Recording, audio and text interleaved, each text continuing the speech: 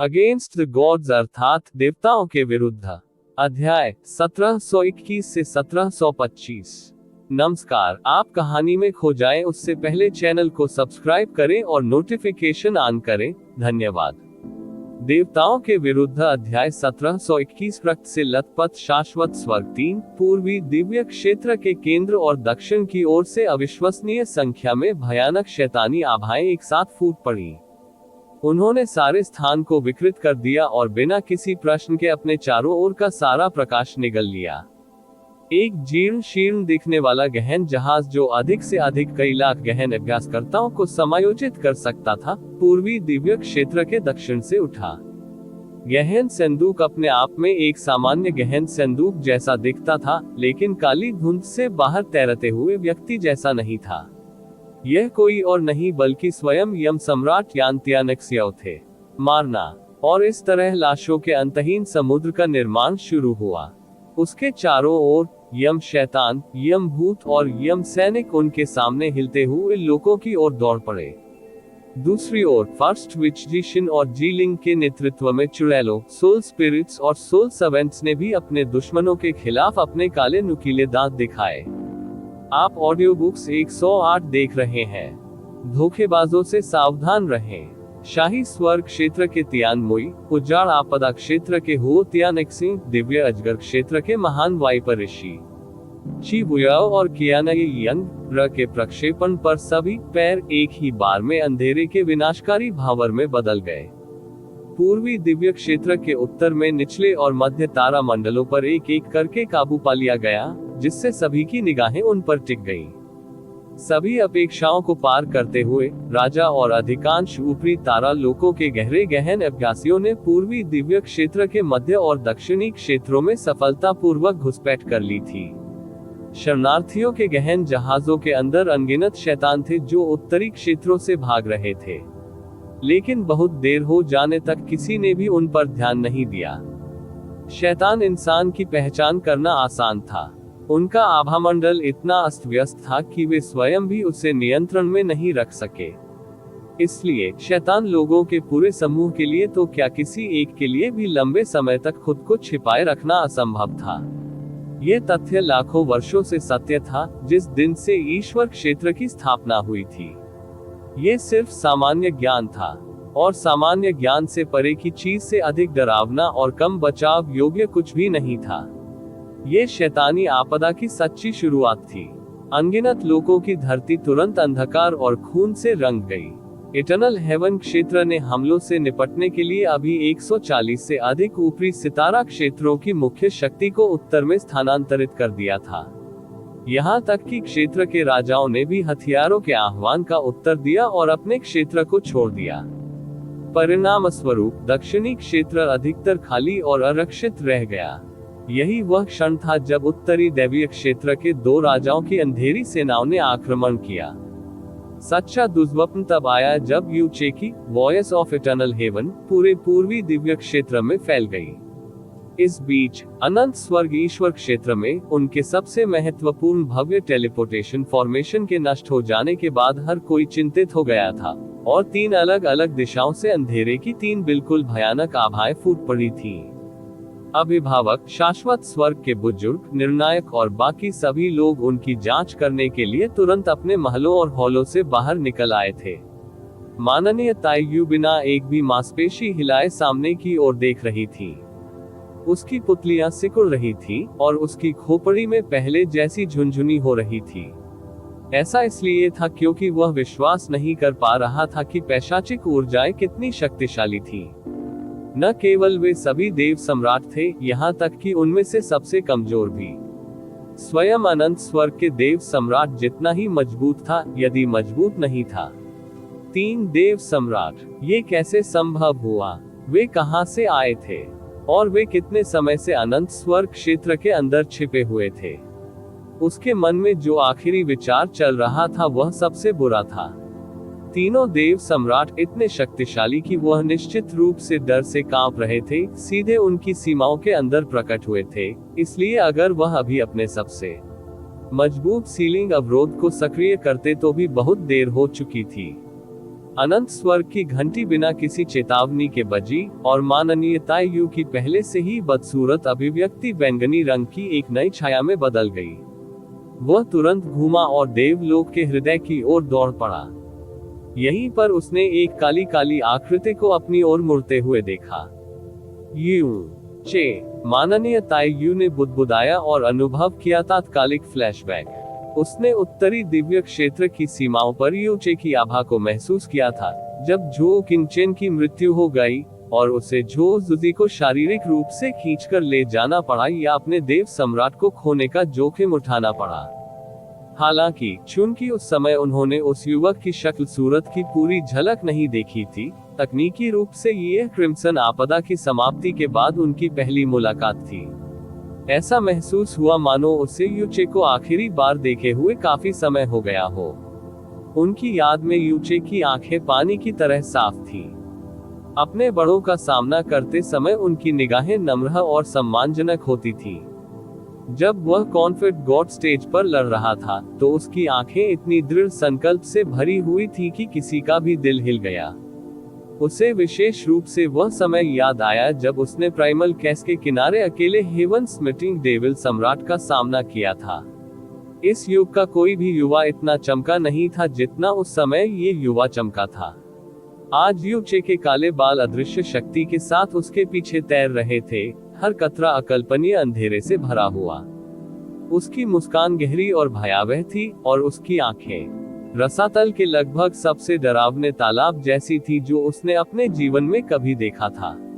युवक की आभा स्तर 10 दिव्य संप्रभु की थी, लेकिन उसका पूरा शरीर बर्फ की तरह ठंडा महसूस हो रहा था। शांत, विभाजन, झरना, ताययू ने मन ही मन बुदबुदाया। यही एक तरीका था जिससे यूचे बिना किसी को पता चले अंदर आ सकता था। फिर भी वे एक राजा क्षेत्र थे, और उन्होंने एक दैवीय संप्रभु, एक अंधेरे दैवीय संप्रभु को बिना पता लगाए अपने मूल में घुसने की अनुमति दी थी। कम से कम ये कहना अपमानजनक था। माननीय ताययू ने अपना हाथ उठाया और उनकी उंगलियों के बीच ऊर्जा की एक हल्की सफेद अंगूठी दिखाई दी। स्तर 10 के दिव्य गुरु की विशाल शक्ति तुरंत यूचे पर उतरी। लेकिन अनंत स्वर्ग क्षेत्र के सबसे मजबूत संरक्षक के रूप में उस युवा को केवल एक भयानक, समझ से परे मुस्कुराहट पेश करनी थी। उसने अपनी हथेली में एक लाल, जेब के आकार का गहरा संदूक दिखाने के लिए हाथ उठाया।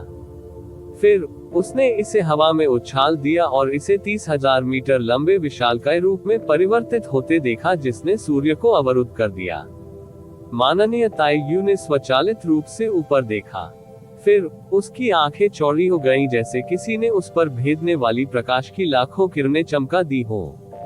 कियाना ये यंग प्राइमर्डियल प्रोफाउंड आंख के प्रवेश द्वार से बाहर निकलने वाले पहले व्यक्ति थे। दिव्य दैवज्ञ माननीय ताययू की ओर सुनहरे सांप की तरह बरस रहे थे।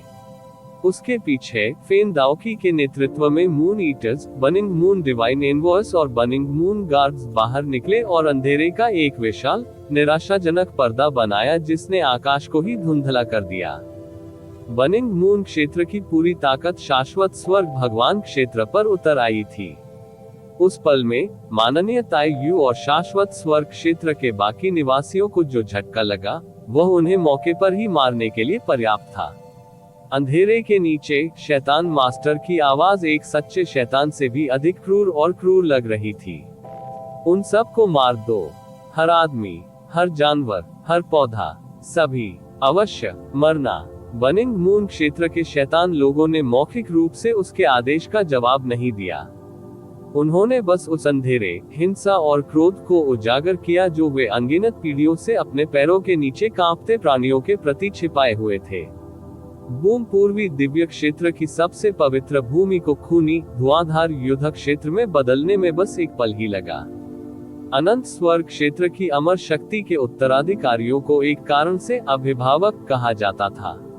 ऐसा इसलिए था क्योंकि उन्हें न केवल सत्ता विरासत में मिली थी, बल्कि शाश्वत स्वर्ग क्षेत्र, पूर्वी दिव्य क्षेत्र और न्याय की रक्षा करने की इच्छा भी मिली थी। इतना ही नहीं, इस इच्छा को पूरा करने वाले अभिभावक अकेले नहीं थे। इसमें शाश्वत स्वर्ग क्षेत्र के सभी निवासी भी शामिल थे। सदमे का क्षण केवल एक क्षण तक रहा। जब अनंत स्वर्ग क्षेत्र की पवित्र भूमि पर खून बहाया गया, जब जिन परिचित चेहरों को वे एक बार जानते थे, उन्हें उनकी आंखों के ठीक सामने टुकड़े टुकड़े कर दिया गया, उनके विश्वास ने तुरंत उन्हें क्रूर जानवरों में बदल दिया जो उनके लिए महत्वपूर्ण चीजों की रक्षा के लिए सब कुछ करेंगे। अनंत स्वर्ग क्षेत्र और बर्निंग मून क्षेत्र के गहन अभ्यासी जंगली जानवरों की तरह एक दूसरे से भिड़ गए। दोनों पक्ष अपने दुश्मनों को टुकड़े टुकड़े करने के लिए अपने सबसे तेज दांतों का इस्तेमाल कर रहे थे। वे अनंत स्वर्ग ईश्वर क्षेत्र में लड़ रहे थे। अनंत स्वर्ग क्षेत्र की संख्या गहनाभ्यासकर्ताओं की संख्या बर्निंग मून क्षेत्र की तुलना में कम से कम 100 गुना अधिक थी। हालांकि झो जुजी 6 अभिभावक और आधे बुजुर्ग उत्तर में घुसपैठ को रोकने के लिए अभी निकले थे। इस बीच बर्निंग मून क्षेत्र अपने सभी मून ईटर्स और बर्निंग मून दिव्य दूतों के साथ आया था। इतना ही नहीं, उन्हें कियानय यंग भयानक 3 यम पूर्वजों से भी निपटना पड़ा और स्वयं शैतान गुरु यू चे। धरती पर एक भयानक लड़ाई छिड़ गई जिसे अब से पहले किसी ने भी कलंकित करने की हिम्मत नहीं की थी। इतना खून बह गया कि धुंध बनने लगी जिसने बादलों की तरह पूरे क्षेत्र को ढक लिया। कियानय यंग और माननीय ताई यू अभी भी एक दूसरे से लड़ रहे थे। वे दोनों स्तर 10 के दिव्य गुरु थे, इसलिए जब भी वे टकराते थे तो उनके नीचे की दुनिया को नुकसान होता था।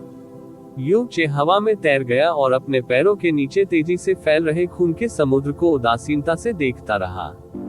फिर उसने अपनी बाहें फैलाई और बुदबुदाया, विपत्ति और दुर्भाग्य। जैसे ही ऊपर से अंधेरा छा गया, दुनिया अचानक धुंधली हो गई।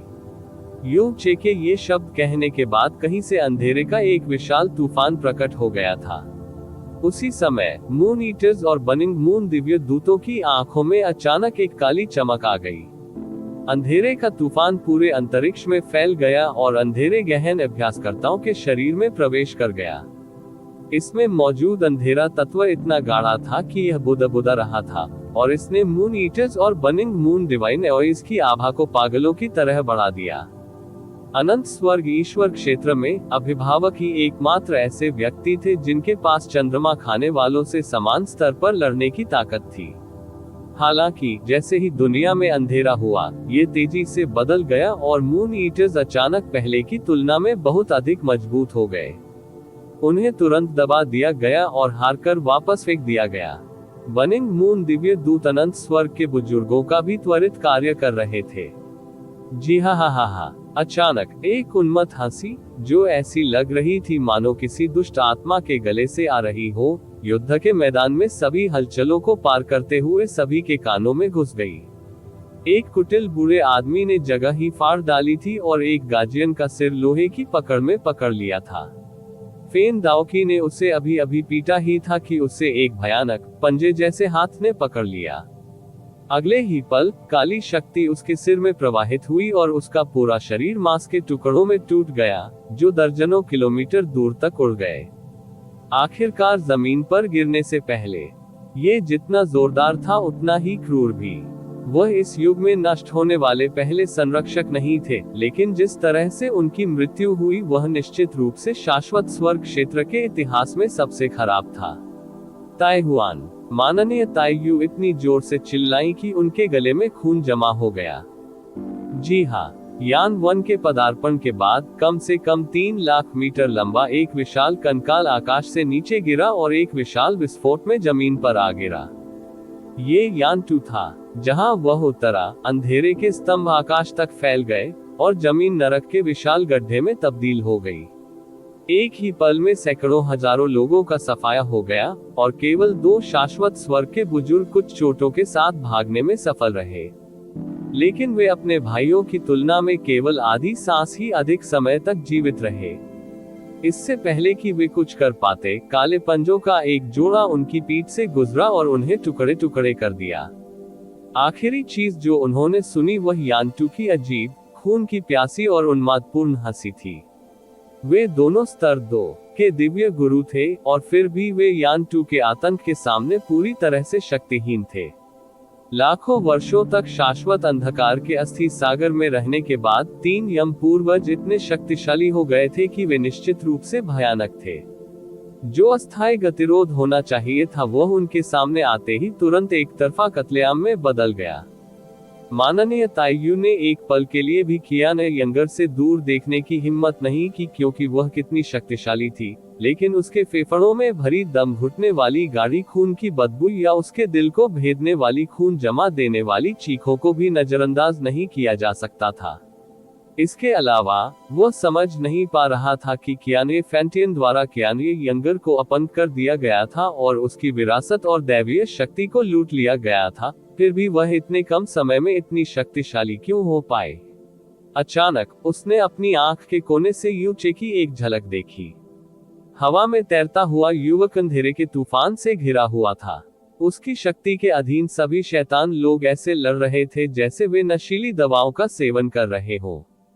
टकराना। उसने अपने हाथ में मौजूद सफेद अंगूठी को दिव्य दैवज्ञ की ओर घुमाया, जिसके प्रभाव से उसके और कियाने यंगर के बीच की जगह बन गई। फिर वह पीछे हट गया और बिना किसी चेतावनी के यूनचे की ओर बढ़ गया।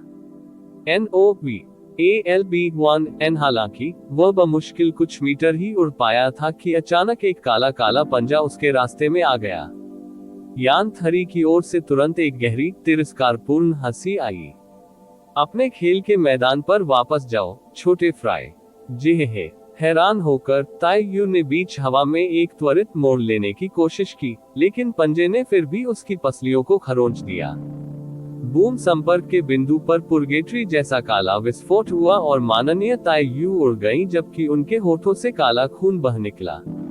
उसने तुरंत खुद को स्थिर किया और यूनचे पर फिर से हमला करने की कोशिश की। हालांकि जब उसने अपने आसपास की दुनिया को देखा तो वह स्तब्ध रह गया। वह अनंत स्वर्ग ईश्वर क्षेत्र में था, जो पूरे पूर्वी दिव्य क्षेत्र में केवल 3 राजा क्षेत्रों में से एक था। ये वह पवित्र क्षेत्र था जिसने अपनी स्थापना के बाद से ही उनके पूरे इतिहास और गौरव को अपने साथ रखा था। लेकिन वह जिधर भी देखता केवल खून से लथपथ बर्बादी ही उसकी नजर में आती। वे इमारतें जो उसके साम्राज्य का प्रतीक थीं, ढह रही थीं। उनके रिश्तेदार और उनके शिष्य चीख रहे थे, रो रहे थे, टुकड़े टुकड़े किए जा रहे थे, हत्या कर दी गई थी और उनके पैरों के नीचे हड्डियों के पहाड़ों और खून के समुद्र में डुबो दिया गया था। उनके परिवार के अंतिम 3 संरक्षक, जिनके साथ उन्होंने भाईचारे की दोस्ती साझा की थी, उन पर उग्र मून ईटर्स द्वारा हमला किया जा रहा था। उनमें से एक का हाथ काट दिया गया था और दूसरे के शरीर पर 3 ब्लैक होल थे। एक अन्य अभिभावक गंभीर रूप से घायल माननीय ताइयाओ को यान 1 के विनाशकारी प्रहार के बाद 3 टुकड़ों में विभाजित कर दिया गया था। अभी 10 दिन पहले वे एक साथ बातें कर रहे थे और मजे से शराब पी रहे थे। शाही पिता, वाह! उसने अपने देवता सम्राट के वंशजों को जोर जोर से रोते और चिल्लाते हुए सुना। उसने अपनी आंखें घुमाई और देखा कि वे भागते समय अंधेरे की हंसियों से सूखी घास की तरह कटे हुए थे। कोई भी व्यक्ति अक्षत शव के साथ नहीं मरा। ओह, आह, आह, आह! उसकी आंखों का रंग उड़ गया और उसका रंग किसी लाश की तरह पीला पड़ गया। उसके शरीर का हर बाल, हर रोम जोर जोर से हिल रहा था। सदमे में जमे हुए वह बस एक मरते हुए आदमी की तरह कराह सकता था। भयानक सपना, यह तो होना ही था, बस एक दुस्वप्न। यूनचे ने अपना हाथ नीचे कर लिया और विपत्ति और दुर्भाग्य को वापस ले लिया, क्योंकि यह अब आवश्यक नहीं था। माननीय ताइयू की ओर एक बार भी नजर डाले बिना वह कॉन्फेड गॉड स्टेज की ओर बढ़ गए।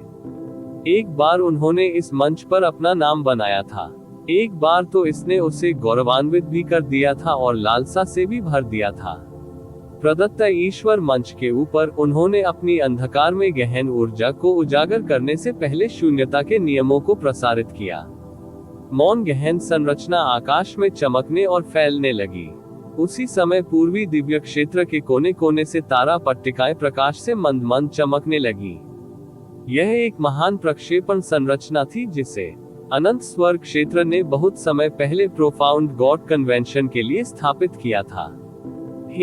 यूनचे ने धीरे से हंसते हुए विशाल प्रक्षेपण संरचना को धीरे धीरे आकाश की ओर धकेला। उन्होंने बुदबुदाते हुए कहा, इतने शानदार शो को मिस करना बहुत शर्म की बात होगी, क्या आप सहमत नहीं हैं? Old dog eternal heaven. देवताओं के विरुद्ध अध्याय 1722 रक्त से लथपथ शाश्वत स्वर्ग 4 पूर्वी दिव्य क्षेत्र की उत्तरी सीमा। जब अनंत स्वर्ग की आवाज हवा में गूंजने लगी तो झो जुजी और अनंत स्वर्ग ईश्वर क्षेत्र के बाकी सभी लोगों के चेहरे नाटकीय रूप से बदल गए, क्योंकि उनकी आंखों में घबराहट दिखाई देने लगी। यूं चे झो जुजी ने अपना सिर आकाश की ओर घुमाया। उसके चेहरे पर एक भयावह दृष्टि चमक रही थी। वह यू चे की आवाज कभी नहीं भूलेगा, भले ही वह मर जाए। हालांकि उसके बाद उनके चेहरे पर गहरी घबराहट, सदमा और डर दिखाई दिया। वह स्पष्ट रूप से अनंत स्वर्ग की आवाज थी, कुछ ऐसा जिसे केवल अनंत स्वर्ग बेल द्वारा ही जारी किया जा सकता था। इसका मतलब ये था कि यू चे इस समय अनंत स्वर्ग क्षेत्र में था और अनंत स्वर्ग बेल उसके बिल्कुल मध्य में स्थित थी। शाही पिता, यह अनंत स्वर्ग की आवाज जैसा लगता है, झो किनफेग ने भारी आवाज में कहा। ये हो सकता है। क्या चल रहा है? उनके साथ मौजूद अभिभावकों ने उठाया उनके सिर स्वर्ग की ओर देखे। एक पल के लिए उन्हें अपने कानों पर भी विश्वास नहीं हो सका। इस समय झो जुजी और सभी अभिभावकों के ध्वनि संचरण जेड अविश्वसनीय तीव्रता के साथ चमकने और गूंजने लगे। भय और घबराहट से भरी कर्कश कांपती आवाजें उनमें पागलपन की तरह आने लगी। शाही पिता, शैतान लोगों ने आक्रमण कर दिया है। हम नहीं जानते कि वे हमारे दायरे में कैसे प्रकट हुए, लेकिन शाही पिता, आपको जल्दी वापस आने की जरूरत है। तुम्हें जल्दी वापस आने की जरूरत है।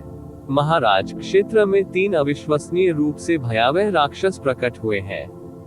हमारी सभी मुख्य गहन संरचनाएं नष्ट हो गई हैं। इसके अलावा वह क्या है? लाल गहन संदूक आया है। हे प्रभु, हमारे शाश्वत स्वर्ग पर हमला हो रहा है। हमारी सहायता के लिए शीघ्रता से लौटे। पूर्वी दैवीय क्षेत्र के राजा क्षेत्रों में से एक के रूप में वे एक शक्ति थे जो वर्तमान युग के शिखर पर खड़े थे। उन्हें किसी भी दुश्मन का डर नहीं था और किसी ने कभी भी उनके क्षेत्र में परेशानी पैदा करने की हिम्मत नहीं की थी। हालांकि ध्वनि प्रसारण जो उन पर बमबारी कर रहे थे, अब उनके दिल और दिमाग को तोड़ रहे हैं। हर शब्द झो जुजी को ठंडे भय से भर देता था। शाश्वत स्वर्ग देव क्षेत्र हमेशा एक अलगाव बाधा से घिरा हुआ था, और यदि वे वास्तव में किसी भी बड़े खतरे से मिलते हैं तो वे एक बाधा को सक्रिय कर सकते हैं जो व्यवहारिक रूप से अविनाशी है, जो एब्सोल्यूट स्टार सोल बैरियर के बराबर है। हालांकि जैसे ही वे मूर्खतापूर्ण भयभीत आवाजें उसके दिमाग में गूंजने लगी, वह शायद ही विश्वास कर सका, कल्पना भी नहीं कर सका कि अचानक उनके सामने किस तरह की भयावह स्थिति आ गई थी। यही वह क्षण था जब एकत्रित उच्च लोक के सभी राजाओं के ध्वनि संचरण जेड पागलों की तरह चमकने लगे। उनके भाव बदलने लगे और प्रत्येक पिछले से भी अधिक बदसूरत था। उनकी आंखों में भय और दहशत दिखाई देने लगी और ऐसा लगा जैसे वे सभी एक दुष्स्वप्न में डूब गए हो। संप्रदाय गुरु, शैतान लोगों ने आक्रमण कर दिया है। हम इस समय उनसे घिरे हुए हैं। शाही पिता, आपको जितनी जल्दी हो सके वापस लौटने की आवश्यकता है। ये शैतान अनंत है और उनमें से कुछ दिव्य स्वामी भी हैं। हमारा संप्रदाय सुरक्षा अवरोध टूटने वाला है। संप्रदाय गुरु, हम अनगिनत शैतान लोगों का सामना कर रहे हैं। 9वां बुजुर्ग पहले ही कर चुका है। युवा मास्टर, उवाह। उनके कान इस खबर से गूंज रहे थे कि उनके तारामंडलों, उनके संप्रदायों को घेर लिया जा रहा है। दयनीय विलाप और ऊर्जा के विस्फोट की तेज आवाज ने इन छोटे ध्वनि संचरण को भर दिया और ऐसा लग रहा था मानो वे सचमुच खून के समुद्र को फैलते हुए देख रहे हो उनके सामने। इन 143 क्षेत्र के राजाओं ने शाश्वत स्वर्ग देव क्षेत्र के आह्वान का जवाब दिया था, और वे अपने क्षेत्र की सभी कुलीन सेनाओं को भी अपने साथ ले आए थे। वे सभी शैतानों को घेरने और उनका नाश करने के लिए उत्तरी सीमा पर आए थे। हालांकि शैतान लोग अब दक्षिणी क्षेत्रों में प्रकट हो गए थे और उनके असुरक्षित घरों पर हमला करना शुरू कर दिया था। इसके अलावा जो शैतान लोग उनके घरों पर हमला कर रहे थे वे शक्ति और संख्या दोनों में कहीं अधिक भयावह थे। वे इस घटनाक्रम से स्तब्ध थे। उनके चेहरे से खून बहने लगा और उनके शरीर बुरी तरह कांपने लगे। उन्हें विश्वास ही नहीं हो रहा था कि क्या हो रहा है। दक्षिणी प्रदेशों में शैतान क्यों और कैसे प्रकट हुए? सभी समाचारों, उनकी सभी इंद्रियों ने उन्हें बताया कि शैतान उत्तरी क्षेत्रों में जंगली रूप से भाग रहे थे। इसके अलावा शैतान लोगों की संख्या उनके अनुमान से कहीं अधिक थी। उत्तरी दिव्य क्षेत्र में कितने शैतान लोगों को संगठित किया गया था? वे दक्षिणी क्षेत्रों में कैसे प्रकट हुए थे? झो जुजी का पूरा शरीर ठंडा हो गया। उसने ची बुयाओ को घूरकर देखा और बोलते समय उसकी आवाज कांप रही थी। कितनी महान शैतान रानी है! कितना महान उत्तरी दिव्य क्षेत्र है! अनंत स्वर्ग भगवान सम्राट! इससे पहले कि झो जुजी ने बोलना समाप्त किया, एक उच्च क्षेत्र के राजा ने कर्कश आवाज में उस पर चिल्लाया। वह व्यावहारिक रूप से झो जुजी से हाथापाई कर चुका था और उसका चेहरा विकृत हो गया था और वह कर्कश आवाज में उस पर चिल्लाया, जल्दी करो, जल्दी करो, भव्य टेलीपोर्टेशन फॉर्मेशन, जल्दी करें और भव्य टेलीपोर्टेशन फॉर्मेशन को सक्रिय करें। मेरा संप्रदाय घेराबंदी में है और मुझे वापस जाने की जरूरत है। मुझे वापस जाना है। उसकी कर्कश गगनभेदी दहाड़ ने सभी को चौंका दिया और उत्तेजित कर दिया, मानो उन्हें किसी सपने से जगा दिया हो। उच्च लोक के किसी भी राजा को इस समय उत्तर की शैतान रानी से कोई परेशानी नहीं हो सकती थी। वे सब की ओर दौड़ पड़े। झो जुजी की आंखें अत्यधिक सदमे और भय से बाहर निकल आईं। वे बेहद कर्कश आवाज में चिल्लाने और झो जुजी से विनती करने लगे, जल्दी करो, टेलीपोर्टेशन फॉर्मेशन, टेलीपोर्टेशन फॉर्मेशन कहाँ है? अगर मैं अब वापस नहीं गया तो मेरा संप्रदाय समाप्त हो जाएगा। शैतानों का नेता जो मेरे संप्रदाय पर हमला कर रहा है, बहुत संभव है कि वह स्तर 5 का दिव्य गुरु या उससे भी अधिक शक्तिशाली हो। शाश्वत स्वर्ग देव सम्राट, शाश्वत स्वर्ग भगवान सम्राट। बूम! एक ऊर्जा तरंग बाहर की ओर फूट पड़ी। अभिभावकों की शक्ति के तहत सभी उच्च क्षेत्र के राजा जो झो जुजी की ओर बढ़ रहे थे, उन्हें भयंकर रूप से पीछे की ओर धकेल दिया गया।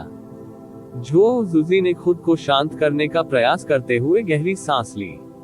उनकी आवाज भारी थी और दर्द से भरी हुई थी जब उन्होंने कहा, अनंत स्वर्ग देव क्षेत्र में भव्य आयामी संरचना की नींव नष्ट हो गई है। हमें इन शैतानों द्वारा बरगलाया गया। उनके गठन की नींव नष्ट हो गई थी और ग्रेट वॉर्ड कोल्ड्रॉन यूचे के हाथों में आ गया था। भले ही झो जुजी और उसके साथ आए 6 अभिभावकों के पास स्वर्ग को पार करने की शक्ति थी, लेकिन ऐसा कोई तरीका नहीं था जिससे वे एक आयामी संरचना का निर्माण कर सके जो इतने कम समय में पूर्वी दिव्य क्षेत्र के उत्तर और दक्षिण को जोड़ सके। आप ऑडियो बुक्स 108 देख रहे हैं। धोखेबाजों से सावधान रहें। अय्या, धोखा दिया गया। आप इसे सचमुच भयानक बना रहे हैं, शिबुयाओ ने प्रसन्न स्वर में कहा। आप जानते हैं, वह स्मार्ट एलेक जो उन सभी को यहाँ लाया था, वह ये रानी नहीं थी। यह आप ही थे, शाश्वत स्वर्ग देव सम्राट। लेकिन अब आप मुझ छोटे बूढ़े को दोषी ठहराना चाहते हैं। कितना बेशर्म है। शिबुयाओ के शब्द झो जुजी पर आत्मा भेदी ठंडे पानी की बाल्टी की तरह लगे। ध्वनि का प्रसारण उसके कान में बजता रहा। प्रत्येक आवाज पिछली से अधिक तीखी और डरावनी थी, और उसे ऐसा महसूस हो रहा था मानो अनगिनत ब्लेड उसके दिल में धंसे जा रहे हो। अनंत स्वर्ग भगवान सम्राट, हम सब आपके यहाँ आए हैं। एक उच्च लोक का राजा अपनी खोपड़ी को फाड़ने के कगार पर था। उसकी आंखों में घबराहट और भ्रम तैर रहा था और वह तुरंत होश में आ गया। इससे कोई फर्क नहीं पड़ता कि वह कितना क्रोधित या नाराज था, वह जिस व्यक्ति से बात कर रहा था वह शाश्वत स्वर्ग भगवान सम्राट था। तो वह उसे श्राप कैसे दे सकता है?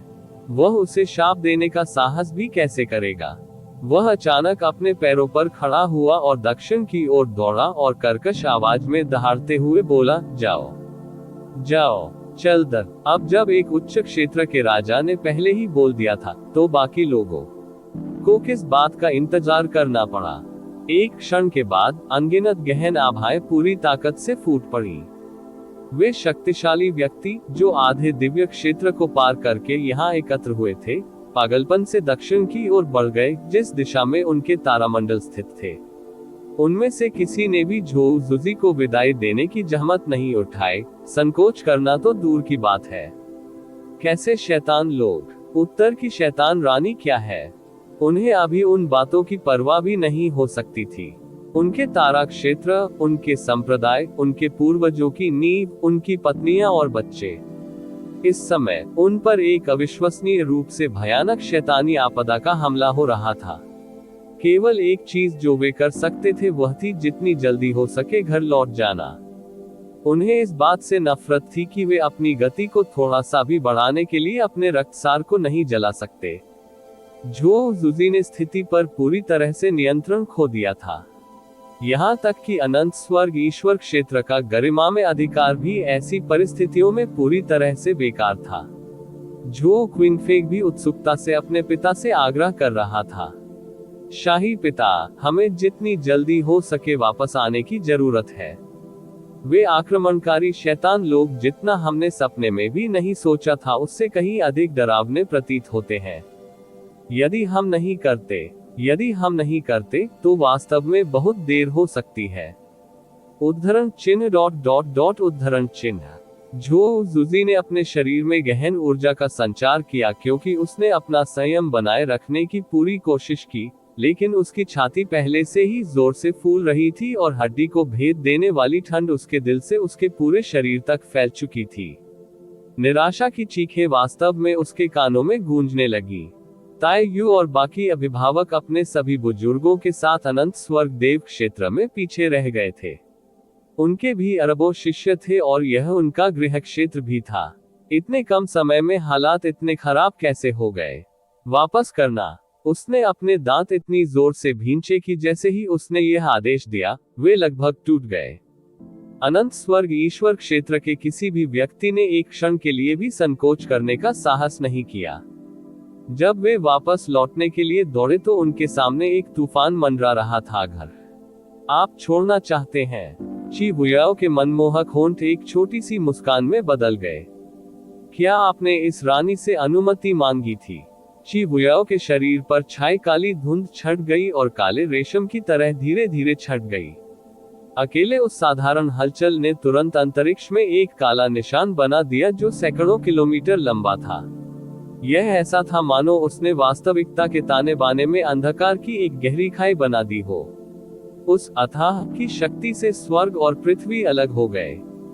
संप्रदाय के जो शिष्य कमजोर थे वे तुरंत ही इसकी चपेट में आ गए और उनके पास चीखने का भी समय नहीं था इससे पहले कि वे शून्य में बदल गए। टकराना, टकराना, टकराना, टकराना, टकराना। मजबूत व्यक्तियों का एक पूरा झुंड जमीन पर गिर गया और उनमें से कुछ को मौके पर ही भारी चोटें आईं। हालांकि एक भी व्यक्ति जवाबी कार्रवाई करने के लिए पीछे नहीं आया। वास्तव में उन्होंने उसकी ओर नजर डालने की जहमत भी नहीं उठाई। वे तुरंत फिर से आसमान की ओर उड़ गए और हताशापूर्वक दक्षिण की ओर भागे। पूर्वी दिव्य क्षेत्र की उत्तरी सीमाओं पर एक अविश्वसनीय रूप से अजीब और हास्यास्पद दृश्य चल रहा था।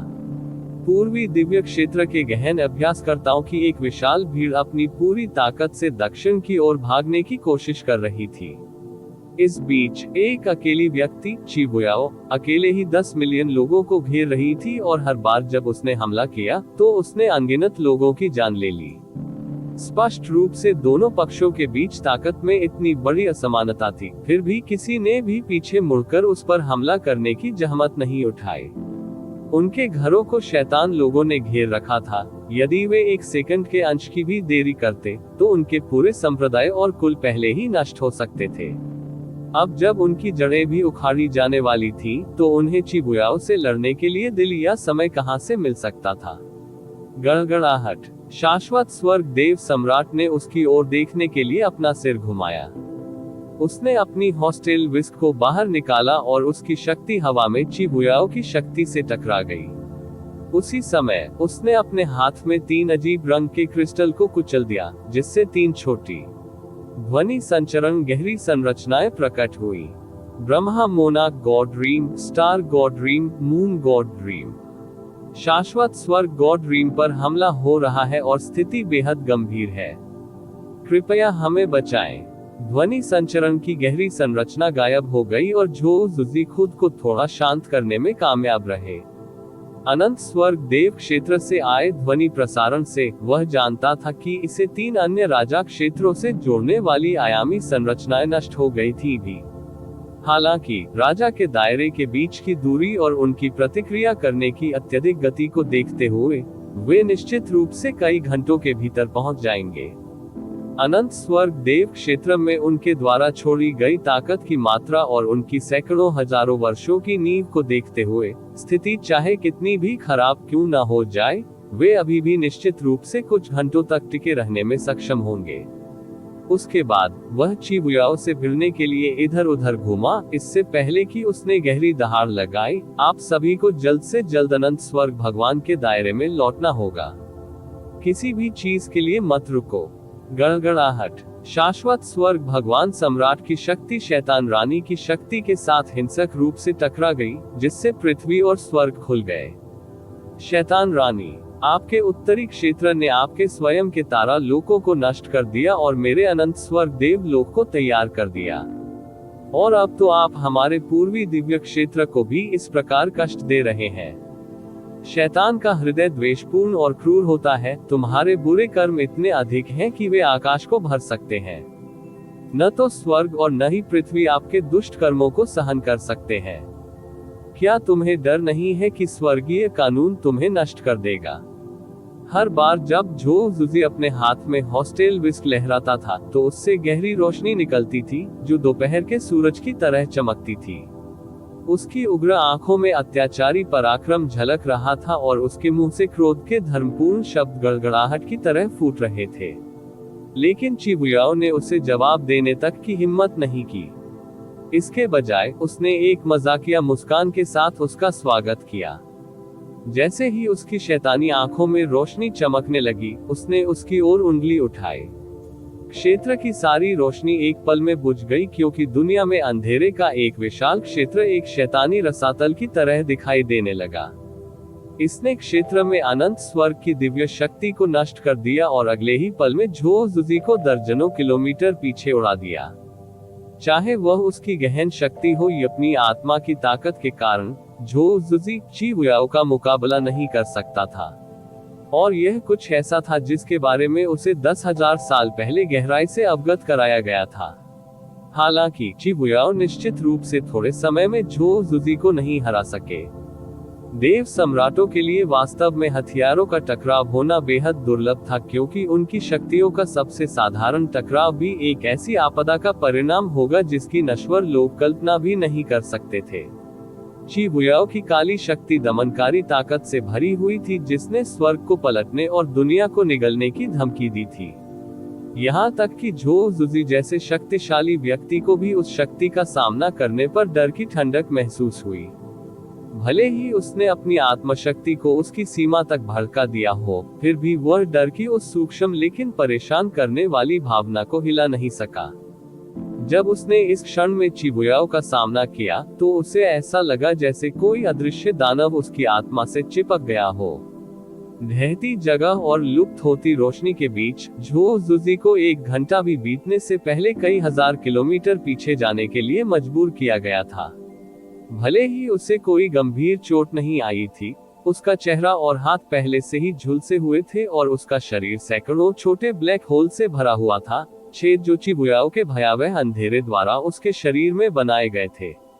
वह अविश्वसनीय रूप से खेदजनक स्थिति में था। हालांकि चिबुयाओ को ऐसा बिल्कुल भी नहीं लग रहा था कि उसे खरोचा गया हो। इस समय वे जिस तारामंडल के निकट आ रहे थे, उसके आसपास के तारे एक अजीब सी रोशनी से खिलने लगे। इसके बाद पूर्वी दिव्य क्षेत्र के भीतर अनगिनत स्थानों पर खुलते ही आकाश में कई प्रक्षेपण दिखाई दिए। जैसे ही वे स्क्रीन खुली, हवा में अविश्वसनीय दुख की चीखें गूंजने लगी और पूर्वी दिव्य क्षेत्र में अनगिनत आंखें तुरंत आकाश की ओर देखने लगी। झो जुजी, जो अपनी हॉस्टेल विस्क को ऊपर उठाने के बीच में था, उसने अनजाने में स्क्रीन पर देखने के लिए अपना सिर उठाया जो उसके ऊपर खुल गया था।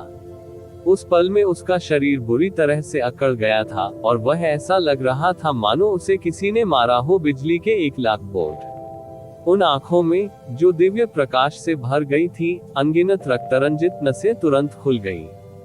इस समय शिबुया ने करुणापूर्वक अपना हाथ पकड़कर पीछे बैठ लिया और झो जूजी की आंखों के सामने चल रहे अविश्वसनीय मनोरंजक और चकाचौंध दृश्य का आनंद लिया।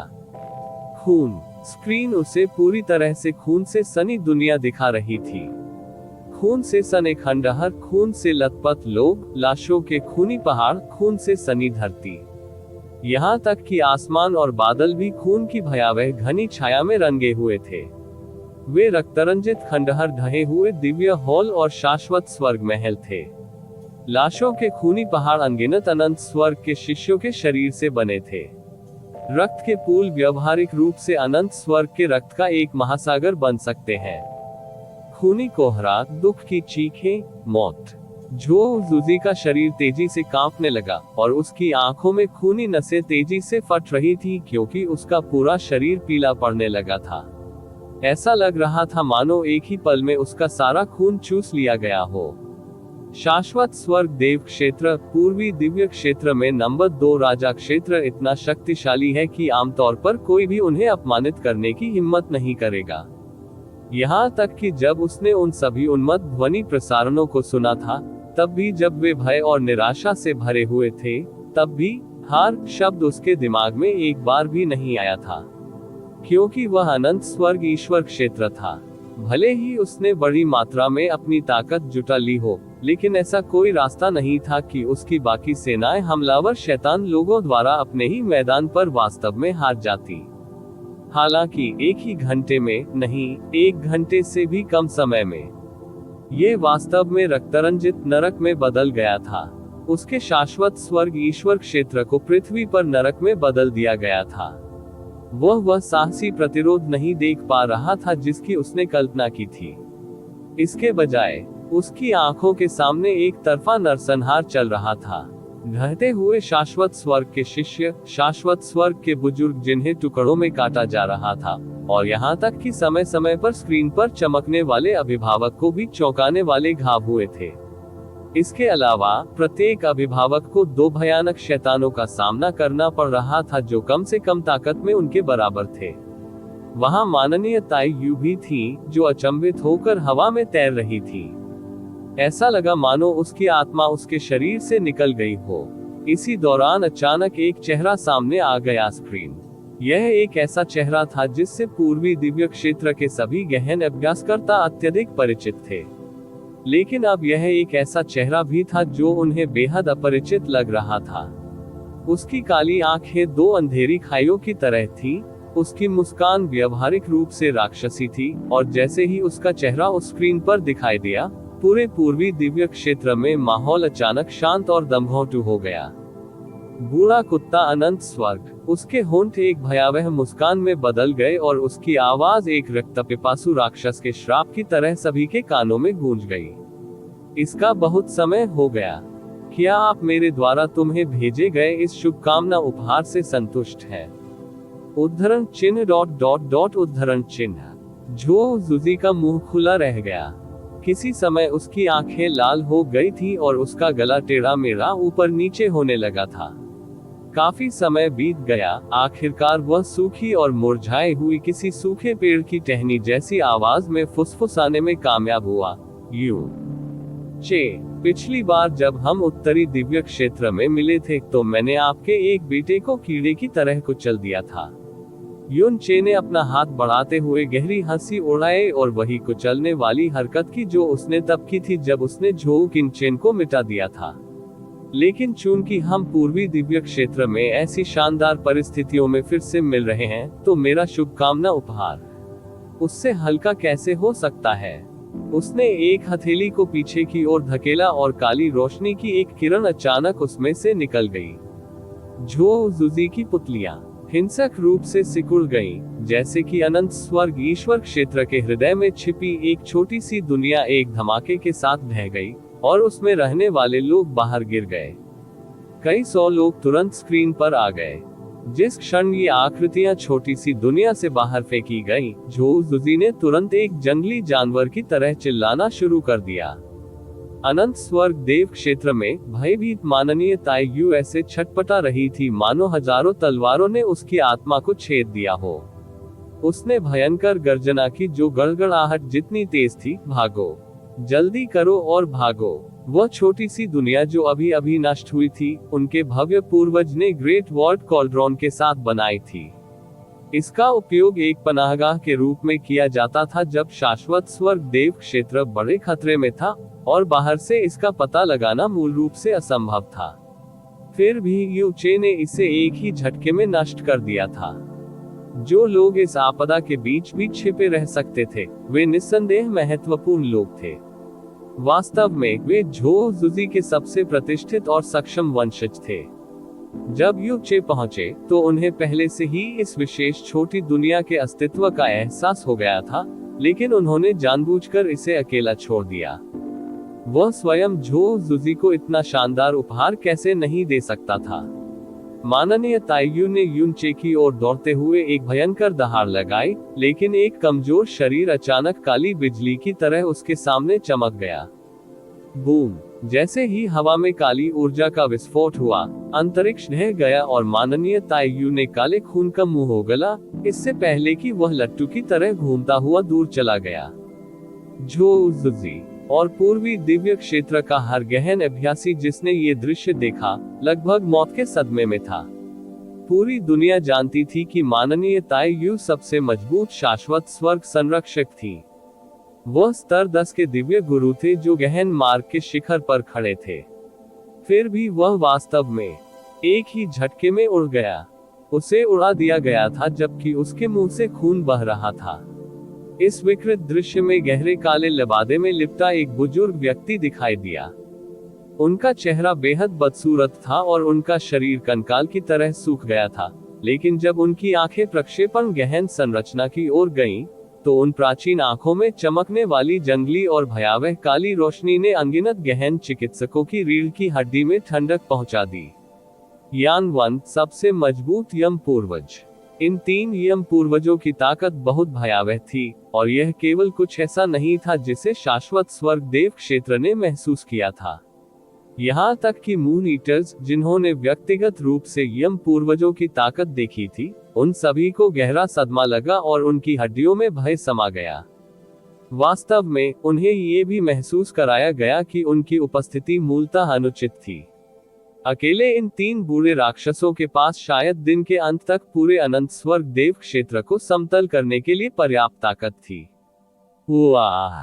शाही पिता, मुझे बचा लो, मुझे बचा लो। छोटी सी दुनिया के निवासी बाहर होने वाली हर चीज को देख सकते थे, इसलिए उनकी बुद्धि बहुत पहले ही उनसे डर गई थी। अब जबकि उन्हें छोटी सी दुनिया से बाहर निकाल दिया गया था और भयानक राक्षस उनके ठीक सामने थे, अनंत स्वर्ग के शाही वंश और इच्छा के वंशज निराशा में ढह गए थे। वे चौंके हुए पक्षियों के झुंड की तरह थे जो शोर मचाते हुए भागने लगे थे। हे, कितना शोर है! यू चे ने अपनी आवाज पर मुस्कुराहट के साथ कहा। क्या बूढ़े कुत्ते इटर्नल हेवन ने अपने किसी भी बच्चे को कभी नहीं सिखाया कि मेहमानों का ठीक से स्वागत कैसे किया जाए? उसने धीरे से एक उंगली हिलाए और आलस्य से कहा, यान थरी, उन्हें ठीक से सिखाओ कि उस बूढ़े कुत्ते अनंत स्वर्ग की ओर से चुप कैसे रहना है। हाँ मास्टर जी, हा। जैसे ही उसने उत्तेजित, खून जमा देने वाली चीख निकाली, यान थरी का शरीर झो जुजी के भागते वंशजों के पीछे तेजी से उड़ते हुए आकाश में उड़ गया। झो जुजी की लाल आंखों की नसें फटने की कगार पर थी और उसे ऐसा महसूस हो रहा था मानो उसके शरीर को विशाल हथौड़ों से कुचला जा रहा हो। इससे पहले कि वह अचानक आकाश में उछलता और उन्मत्त स्वर में चिल्लाता, रुको! उसका शरीर तेजी से हिलने लगा। रुकना! स्तब्ध! बूम! N0V1 बिन बूम! उसने अपनी भुजाएं हवा में बेतहाशा लहराई और उसने यान थरी की छवि पर अपनी अनियंत्रित शाश्वत स्वर्ग दिव्य शक्ति को बुरी तरह फेंक दिया। हालांकि उसने जो देखा वह ऊर्जा के 3 काले पंजे थे जिन्हें यान थरी ने अपने भूत के पंजे से लॉन्च किया था। फाड़ना! उन काले पंजों के नीचे कांपती हुई जगह, खून से सनी हुई जमीन और 100 से अधिक भागती हुई आकृतियां तुरंत फट गईं।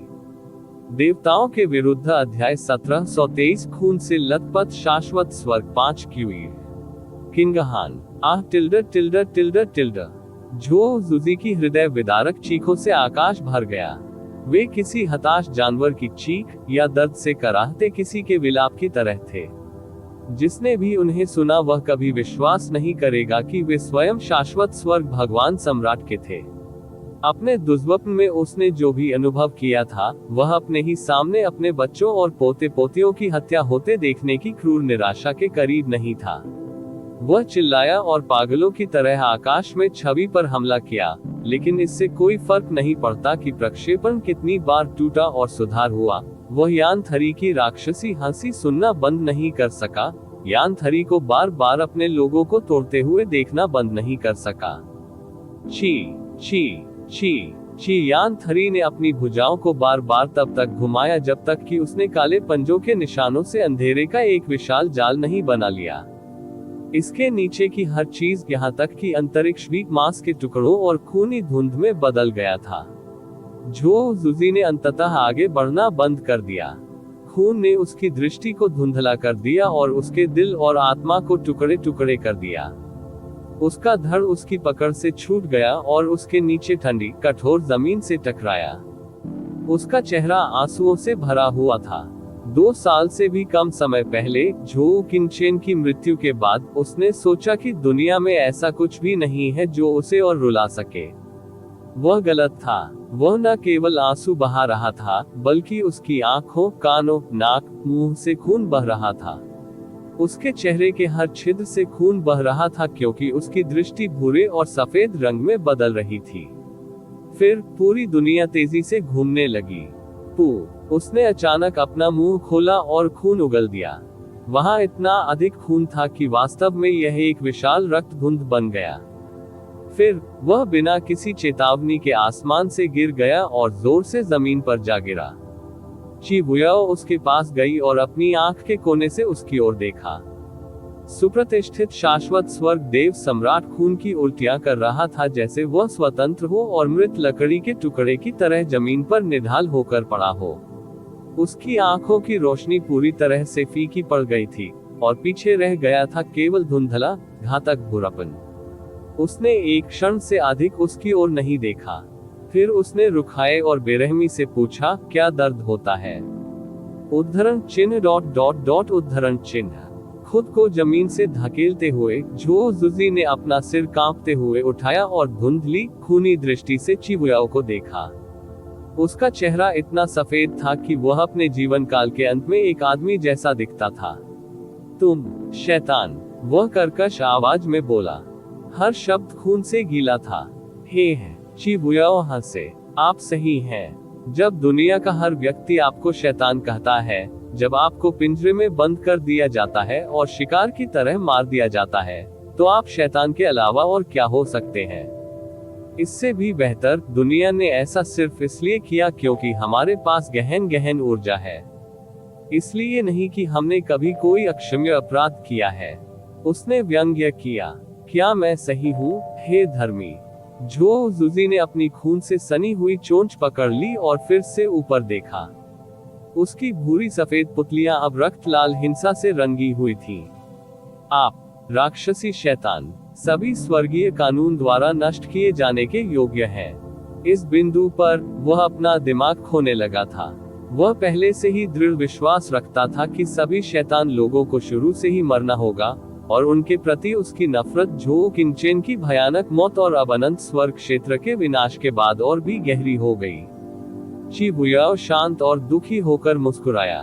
4 साल पहले जब स्वर्ग पर हमला करने वाला शैतान सम्राट लौटा, तो वह प्रारंभिक अराजकता में सभी प्राणियों को गुलाम बना सकती थी और अपने रिश्तेदारों, घृणित शैतान देवताओं को ईश्वर क्षेत्र पर अपनी लाखों वर्षीय नफरत को बाहर निकालने और इसे सबसे खराब स्थिति में बदलने की अनुमति दे सकती थी।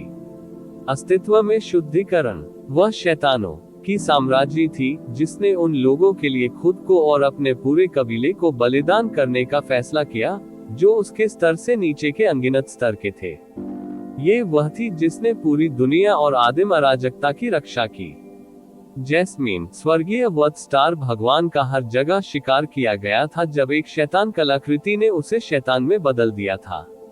लेकिन समय आने पर वह फिर भी प्रकट हुई और ईविल इन्फेंट की शक्ति से गहरे लाल रंग की दरार को सील कर दिया। जहां तक यूचे की बात है, मैं आपको बता सकता हूं कि ईश्वर क्षेत्र में प्रवेश करने के पहले दिन से ही उसके पास पहले से ही गहरी ऊर्जा थी। इसका मतलब यह है कि जिस यूनचे को आप जानते थे वह शुरू से ही एक शैतान व्यक्ति था। फिर भी वह वही था जो खड़ा हुआ और स्वर्ग पर हमला करने वाले शैतान सम्राट का सामना किया जब आप में से बाकी लोग अपने घुटनों पर थे और पत्तों की तरह कांप रहे थे। उनका यहाँ तक मानना था कि दुनिया को बचाना उनका कर्तव्य है। ये सुनने में जितना अजीब लगता है, यह उसके कारण था कि स्वर्ग में शैतान को मारने वाले सम्राट ने अंततः प्रारंभिक अराजकता को छोड़ने का फैसला किया। ची बुयाओ की आंखों में एक गहरी चमक चुपचाप जमा हो गई और उसने आगे कहा, आप झो जुजी किसी से भी बेहतर जानते हैं कि वह व्यक्ति कौन था जिसने उस आपदा को टाल दिया और सभी को बचाया। शैतान सम्राट, दुष्ट शिशु और यूचे सभी शैतान हैं। मैं इस बात से भी इनकार नहीं करूंगा कि वे सभी शैतानों में से कुछ सबसे शुद्ध और चरमपंथी हैं। लेकिन यह वही थे जिन्होंने ईश्वर क्षेत्र और आदिम अराजकता के सभी जीवित प्राणियों को बचाया। यही कारण है कि आप अभी भी हमें शैतान कहने के लिए जीवित हैं। उद्धरण चिन्ह उद्धरण चिन्ह। झो जुजी के गले से एक कांपता हुआ अमानवीय शोर निकला। उसकी आंखों की काली चमक और भी गहरी हो गई। जब कोई व्यक्ति पवित्र हृदय वाले लोगों के बारे में बात करता है तो उसे वास्तव में शैतान सम्राट, दुष्ट शिशु और यूचे को अपने उदाहरण के रूप में देखना चाहिए। ये वे लोग हैं जो दुनिया को बचाना चाहते थे और वास्तव में इसे साबित करने के लिए उन्होंने ऐसा किया। आप कैसे हैं? आप सद्गुणी और न्यायप्रिय व्यक्ति होने का दावा करते हैं, लेकिन आप ही वह व्यक्ति हैं जिसने दुष्ट शिशु पर घात लगाकर हमला किया और उसे प्रारंभिक अराजकता से बाहर भेजा। वही व्यक्ति जिसने अभी अभी आपकी जान बचाई थी।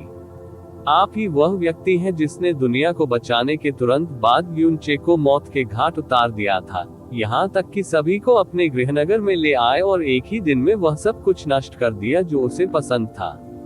हे ची बुयाओ फिर मुस्कुराया। जिस नेक तरीके पर आप विश्वास करते हैं वह एक मजाक के अलावा और कुछ नहीं है। झो जुजी, क्या आप सचमुच अपने विश्वासों की कुरूपता के प्रति इतने अंधे हैं? क्या आप वास्तव में यह नहीं समझ पा रहे हैं कि शैतान सम्राट के चले जाने के बाद लोंग बाई, नान वानशिंग और कियाने फैंटियन यूनचे के खिलाफ क्यों हो गए? इन सभी वर्षों में आपने पूरे ईश्वर क्षेत्र में यूचे की तलाश का नेतृत्व किया। क्या आप वास्तव में उस न्याय को पूरा करने की कोशिश कर रहे हैं जिस पर आप विश्वास करने का दावा करते हैं, या आप बस उस बदसूरत अंधेरे से अपनी आंखें चुरा रहे हैं जिसे आपने कभी छूने की हिम्मत नहीं की है? दिल, चुप हो जाओ, चुप हो जाओ। झो जुजी ने अचानक अपनी खामोशी तोड़ी और चिबुयाओ पर अपना वार घुमाया। हालांकि जो बिजली निकली वह अस्थिर और अराजक थी। गड़गड़ाहट, उसकी शक्ति से धरती फट गई, लेकिन चिबुयाओ पर किया गया सारा हमला उसकी स्कर्ट के हेम को थोड़ा ऊपर उठाना था। ओह ठीक है, एक और बात है जो मैं आपको बताना भूल गया, सबसे महत्वपूर्ण बात। चिबुयाओ की आवाज अधिक से अधिक क्षणिक होती गई। उस दुर्भाग्यपूर्ण दिन से पहले यूनचे एक ऐसा व्यक्ति था जो किसी अन्य व्यक्ति के व्यवसाय में हाथ डालने और उत्पीड़ित लोगों को बचाने से नहीं रोक सकता था, जिनका उससे कोई लेना देना नहीं था। आज वह एक ऐसा व्यक्ति बन गया जो बिना पलक झपकाए आपके पूरे क्षेत्र का वध कर सकता है। एक ईश्वरीय शिशु मसीहा से लेकर एक शैतान गुरु तक जो पूरे पूर्वी दिव्य क्षेत्र को खून के समुद्र में दफनाने का सपना देखता है। आपको क्या लगता है कि वह कौन है जिसने उसे कुछ ही वर्षों में इतने बड़े बदलाव के लिए प्रेरित किया? झो जुजी ने कांपना शुरू कर दिया, सिर से पैर की अंगुली तक। खासकर उसका सिर इतनी जोर से हिल रहा था कि ऐसा लग रहा था मानो उसकी गर्दन टूट गई हो। भविष्यवाणी के जो शब्द पिछले कुछ वर्षों से उसके सपनों में घूम रहे थे, वे नरक से आने वाली मृत्यु की घंटी की तरह बजने लगे। फिर भी उसके मन में घोर उथल पुथल के बावजूद चिबुयाओ की शैतानी आवाज उसकी आत्मा के सबसे गहरे हिस्सों तक बिना किसी बाधा के पहुंचती रही। यूचे ने पूर्वी दिव्य क्षेत्र, शाश्वत स्वर्ग देव क्षेत्र, आपको और आपके परिवार को बचाया। अब पूरे पूर्वी दिव्य क्षेत्र में खून की बारिश हो रही है और अनगिनत दयनीय आत्माएं उन्हें याद करने के लिए कब्र के बिना मरने के लिए अभिशप्त हैं। आपके पूर्वजों की भूमि रक्तरंजित मलबे में बदल रही है और आपके वंशज चिल्ला रहे हैं और उन शैतान लोगों से भी बदतर मौत मर रहे हैं जिन्हें आपने अपने पूरे जीवन में मार डाला है। आपको क्या लगता है वह कौन है जिसने इतने भयानक शैतान को बनाया? आपके अनुसार वह कौन है जिसने अपने लोगों, अपनी मातृभूमि और पूरे पूर्वी दैवीय क्षेत्र को नुकसान पहुंचाया है? टकराना। झो जुजी की छड़ी जमीन में गहराई तक धंस गई। उसका सिर पहले से भी अधिक जोर से हिल रहा था और उसकी आंखें आश्चर्यजनक रूप से सफेद हो गई थी। नहीं, नहीं, अब और मत कहो, यह मैं नहीं था, यह मैं नहीं था, और मत कहो। इससे कोई फर्क नहीं पड़ता कि उसकी आत्मा कितनी संघर्ष कर रही थी। उसकी आत्मा पर आक्रमण करने वाली शैतानी आवाज उसके बुरे सपने की तरह स्पष्ट थी। यह एक ऐसा पाप है जिसका प्रायश्चित नहीं किया जा सकता, भले ही आपकी कब्र के ऊपर शर्म का एक खंभा खड़ा कर दिया जाए और लोग आपको लाखों जन्मों तक थूकते और कोसते रहें। तुम्हारे वंशज, यह मानते हुए कि जब ये सब खत्म हो जाएगा तो कोई भी बचेगा, अनंत काल तक तुम्हारी शर्मिंदगी और पाप सहन करेगा। वे अंधकार में डूबे रहेंगे और जब तक जीवित रहेंगे तब तक शापित रहेंगे, फिर कभी अपना सिर ऊंचा नहीं उठा पाएंगे। जब आप येलो स्प्रिंग्स में प्रवेश करेंगे तो आपके पूर्वज भी आपको कभी माफ नहीं करेंगे। वे बस आपको सबसे दर्दनाक क्रूस पर चढ़ा देंगे जो वे यातनागृह में पा सकते हैं। चुप रहो। झो जुजी ने अचानक हवा में छलांग लगाए और ची बुयाओ की गर्दन पकड़ने की कोशिश की। उनकी गहन ऊर्जा अराजक और नियंत्रण से बाहर थी। ची बुयाओ ने एक भी मांसपेशी नहीं हिलाई, लेकिन झो जुजी पूरी तरह से चूक गए और जमीन से टकरा गए। खड़े होने के बजाय उसने अपनी उंगलियां धरती में गड़ा दी और कांपती आवाज में बुदबुदाया, मैं सही हूँ, मैं सही हूँ। वह शैतान भगवान है जो दुनिया का वध करेगा। उसने मेरे बेटे को मार डाला। शैतान लोगों का अस्तित्व नहीं होना चाहिए। दुष्ट शिशु का अस्तित्व नहीं होना चाहिए। मैंने ये लोगों के लिए किया। मैं न्याय के लिए ऐसा किया। मैं सही हूँ, मैं सही हूँ, मैं सही हूँ। अचानक ची बुयाओ की आंखों की काली चमक एक अदृश्य छाया में बदल गई और झो जूजी की आत्मा पर आक्रमण कर दिया। आप ऑडियो बुक्स 108 देख रहे हैं। धोखेबाजों से सावधान रहें। उस व्यक्ति ने स्वयं इस पर बिल्कुल भी ध्यान नहीं दिया या इस पर कोई प्रतिक्रिया नहीं दी। ची बुयाओ के होंठ मुड़ गए और उसकी आंखों की पुतलियों पर एक ठंडी चमक चमक उठी। झो जुजी की आत्मा उसकी कल्पना से कहीं अधिक कमजोर थी। शायद युनचे के उत्तरी दिव्य क्षेत्र में भाग जाने के बाद से उसे किसी ऐसी चीज से पीड़ा हो रही थी जिसे उसने देखने की हिम्मत भी नहीं की थी। अनंत स्वर्ग क्षेत्र की भयानक त्रासदी अभी भी पूरे पूर्वी दिव्य क्षेत्र में प्रक्षेपित की जा रही थी। झो जुजी ने अपनी सुनने और देखने की शक्ति को सीमित करने के लिए हर संभव प्रयास करते हुए अपना सिर जमीन पर मारा। वह खुद से नफरत करता था क्योंकि वह खुद को बाहर निकालने और एक पूरी नई वास्तविकता के प्रति जागने में सक्षम नहीं था। ची बुयाओ धीरे धीरे उसकी ओर बढ़ी और अपनी हथेली बढ़ा दी, लेकिन वह जो भी करने जा रही थी, तीन सफेद रोशनी ने उसे रोक दिया। ची बुयाओ मुड़ा और पलक झपकते ही कई किलोमीटर दूर दिखाई दिया। इसके बजाय तीन अभिभावक झो जुजी के बगल में दिखाई दिए। चलो महाराज, उनमें से एक ने झो जुजी को अपने पैरों पर उठाने से पहले दुखी होकर चिल्लाया। फिर वे बिना किसी रुके दूरी में भाग निकले। ची बुयाओ ने उनका पीछा नहीं किया। वह बस देखती रही कि झो जुजी को अभिभावक ले गए। अंधेरी रात के सितारों की तरह चमकती आंखें, एक भयानक मुस्कान धीरे धीरे उसके होठों पर फैल गई। चियर, वो फुसफुसाए, मैंने तुमसे कहा था कि जो कोई भी तुम्हें चोट पहुंचाएगा, मैं उसे 1,00,000 गुना भुगतान दूंगा। मृत्यु उसके लिए बहुत आसान होगी। वह अपना शेष जीवन आनंद लेने के लिए जीवित रहेगा। NO एप्सिलॉन एल्बन उसकी आवाज आकर्षक थी, लेकिन उसके शब्द पूरी दुनिया में सबसे क्रूर, सबसे शैतानी अभिशाप थे। इस बीच अनंत स्वर्ग देव क्षेत्र में युद्ध अभी भी जारी था। यान थरी माननीय ताई यू पर हमला कर रहा था और उसे नष्ट कर रहा था। उत्तरार्ध पहले से ही घायल हो गया था और जो कुछ भी हो रहा था उससे उसका दिमाग उड़ गया था उसके चारों ओर। परिणाम स्वरूप यान 3 पलक झपकते ही उसे दबाने और गंभीर रूप से घायल करने में सक्षम हो गया। जहां तक कियाने यंगर का सवाल है, यान 3 ने अपनी आभा से उसे लड़ाई से बाहर कर दिया था। वह यम पूर्वज थे।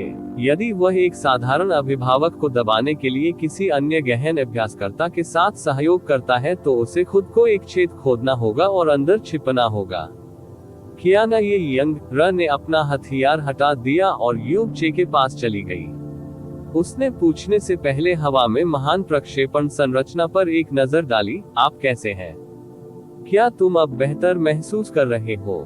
अच्छा लगना। युन चे हंसे। मैं बस वह जीवन वापस ले रहा हूं जो मैंने उन्हें सबसे पहले दिया था।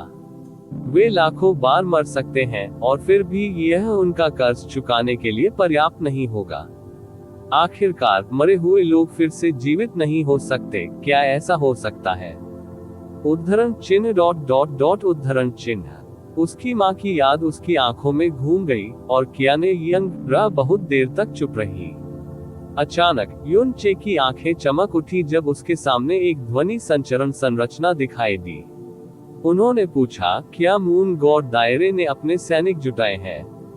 नहीं, हुआ जिनकी आवाज गहन संरचना से आई। अच्छी खबर है, शुई मेइन मून गॉड दायरे में कहीं नहीं है, जिसका अर्थ है कि वह बहुत समय पहले भाग गई होगी।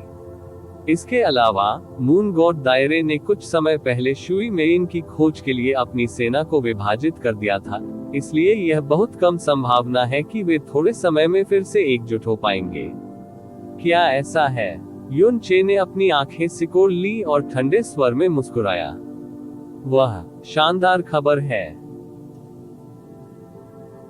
देवताओं के विरुद्ध अध्याय 1724 पूर्वी दिव्य क्षेत्र का विलाप। पूर्वी दिव्य क्षेत्र के नीले आकाश को भरने वाला प्रक्षेपण वर्तमान में शाश्वत स्वर्ग क्षेत्र के बाहर के शाश्वत स्वर्ग के गहन चिकित्सकों और पूर्वी दिव्य क्षेत्र के गहन चिकित्सकों दोनों की इच्छा शक्ति को समान रूप से नष्ट कर रहा था।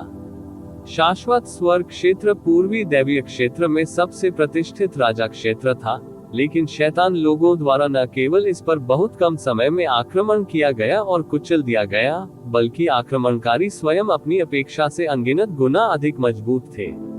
आकाश में शाश्वत स्वर्ग क्षेत्र की ताकतें लगातार ढहती रही क्योंकि शैतान लोगों ने उन पर दबाव डाला। वे उस ताकत का विरोध कैसे कर सकते थे जिसने कथित रूप से शक्तिशाली राजा क्षेत्र को रेत की तरह बहा दिया जब उनका अपना विश्वास टूट रहा था? क्या उनमें इतनी शक्तिशाली ताकत का विरोध करने की ताकत भी थी? उनका मनोबल खत्म हो रहा था और उनके दिल डर और निराशा में डूबते जा रहे थे। धीरे धीरे लेकिन निश्चित रूप से अधिक लोग पीछे हटने लगे और भागने लगे। अस्तित्व वृत्ति के आगे सम्मान टूट गया। जब एक व्यक्ति भागा तो बाकी लोग उसके पीछे हो लिए। ऐसा ज्यादा समय नहीं हुआ जब भागने वाले या आत्मसमर्पण करने वाले लोगों की संख्या कार्रवाई में मारे गए लोगों की संख्या से अधिक हो गई। उत्तरी दैवीय क्षेत्र के गहन अभ्यासकर्ताओं ने समान आस्था और विश्वास साझा किया। जब उन्होंने उत्तरी दिव्य क्षेत्र से बाहर कदम रखा तो उन्होंने जीवित लौटने की योजना नहीं बनाई थी। हालांकि पूर्वी दिव्य क्षेत्र शांति से पूरी तरह खराब हो गया था। उनमें शैतान लोगों के घातक दृढ़ संकल्प का सर्वथा अभाव था। कहने की जरूरत नहीं कि यह सब इतना अचानक और भयानक था। एक एक करके उत्तरी दैवीय क्षेत्र ने बेहद कम समय में आक्रमण से पहले चिबुयाओ द्वारा निर्धारित लगभग 100 तलहटी पर कब्जा कर लिया। चंद्रमा देव क्षेत्र के बाहर एक छोटा गहरा जहाज अंतरिक्ष की ओर उड़ रहा था। जब अनंत स्वर्ग प्रक्षेपण दूर आकाश में दिखाई दिया तो जहाज के एक कोने में एक गेंद के रूप में लिपटी एक लड़की ने स्वप्न में बड़बड़ाने से पहले धीरे से ऊपर देखा। युवा मास्टर, वह कुछ ही दूरी पर एक अधेड़ उम्र का आदमी भी प्रक्षेपण को घूर रहा था। थोड़ी देर बाद उसने तुरंत निर्णय लिया और आदेश दिया, पूरी गति से आगे बढ़ो। हम ऊर्जा दक्षता के बारे में बाद में चिंता करेंगे। गहरा जहाज अचानक तेज हो गया। लड़की को इसका एहसास होने से पहले ही वह अपने पैरों पर खड़ी हो गई थी। एक पल के लिए प्रक्षेपण को घूरने के बाद वह किनारे की ओर भागने से पहले अचानक हिंसक रूप से कांपने लगी।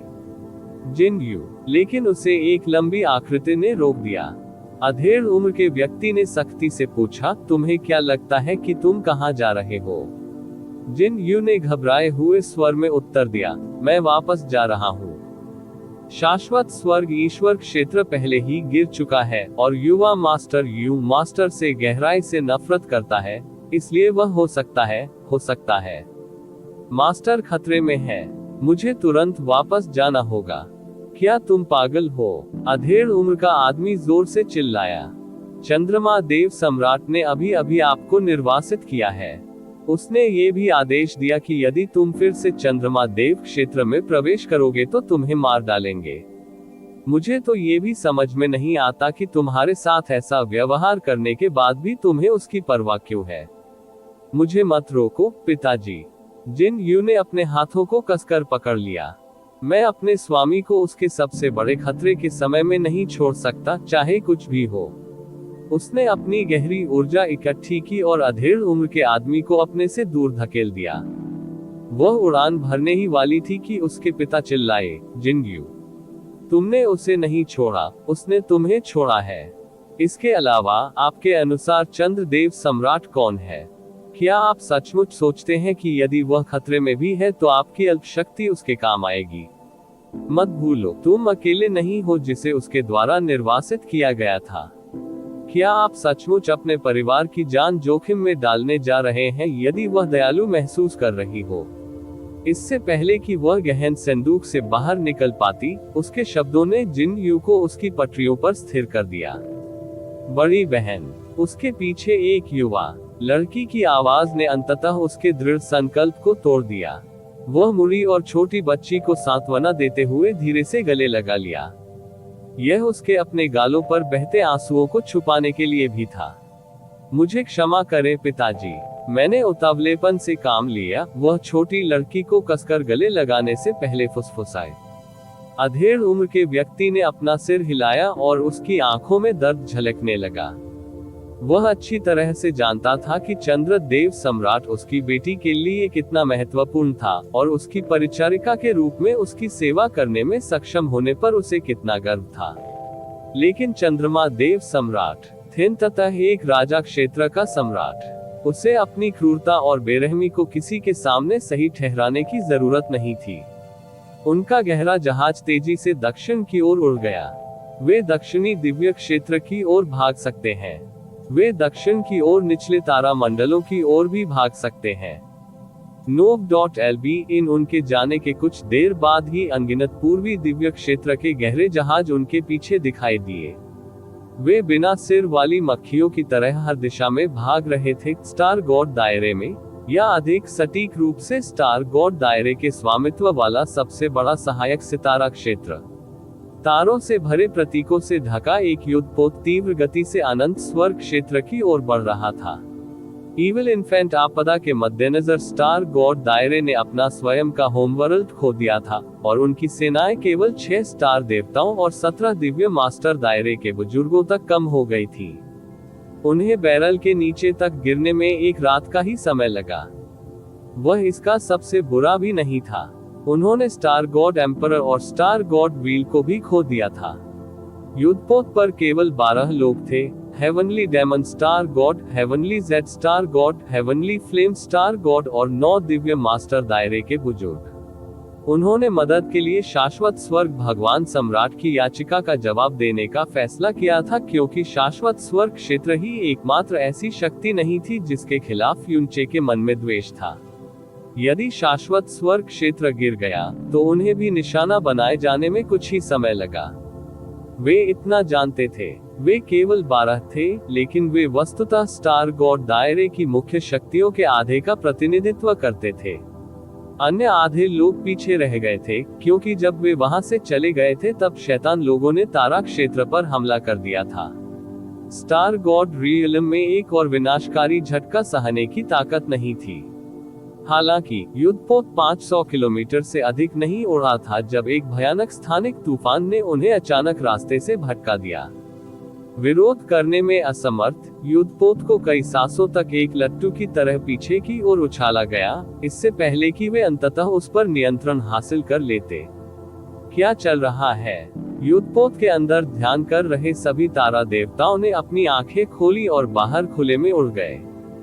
फिर वे सभी अपने ट्रैक में स्थिर हो गए। एक छोटी और नाजुक लड़की अनंत स्वर्ग ईश्वर क्षेत्र का रास्ता रोक रही थी।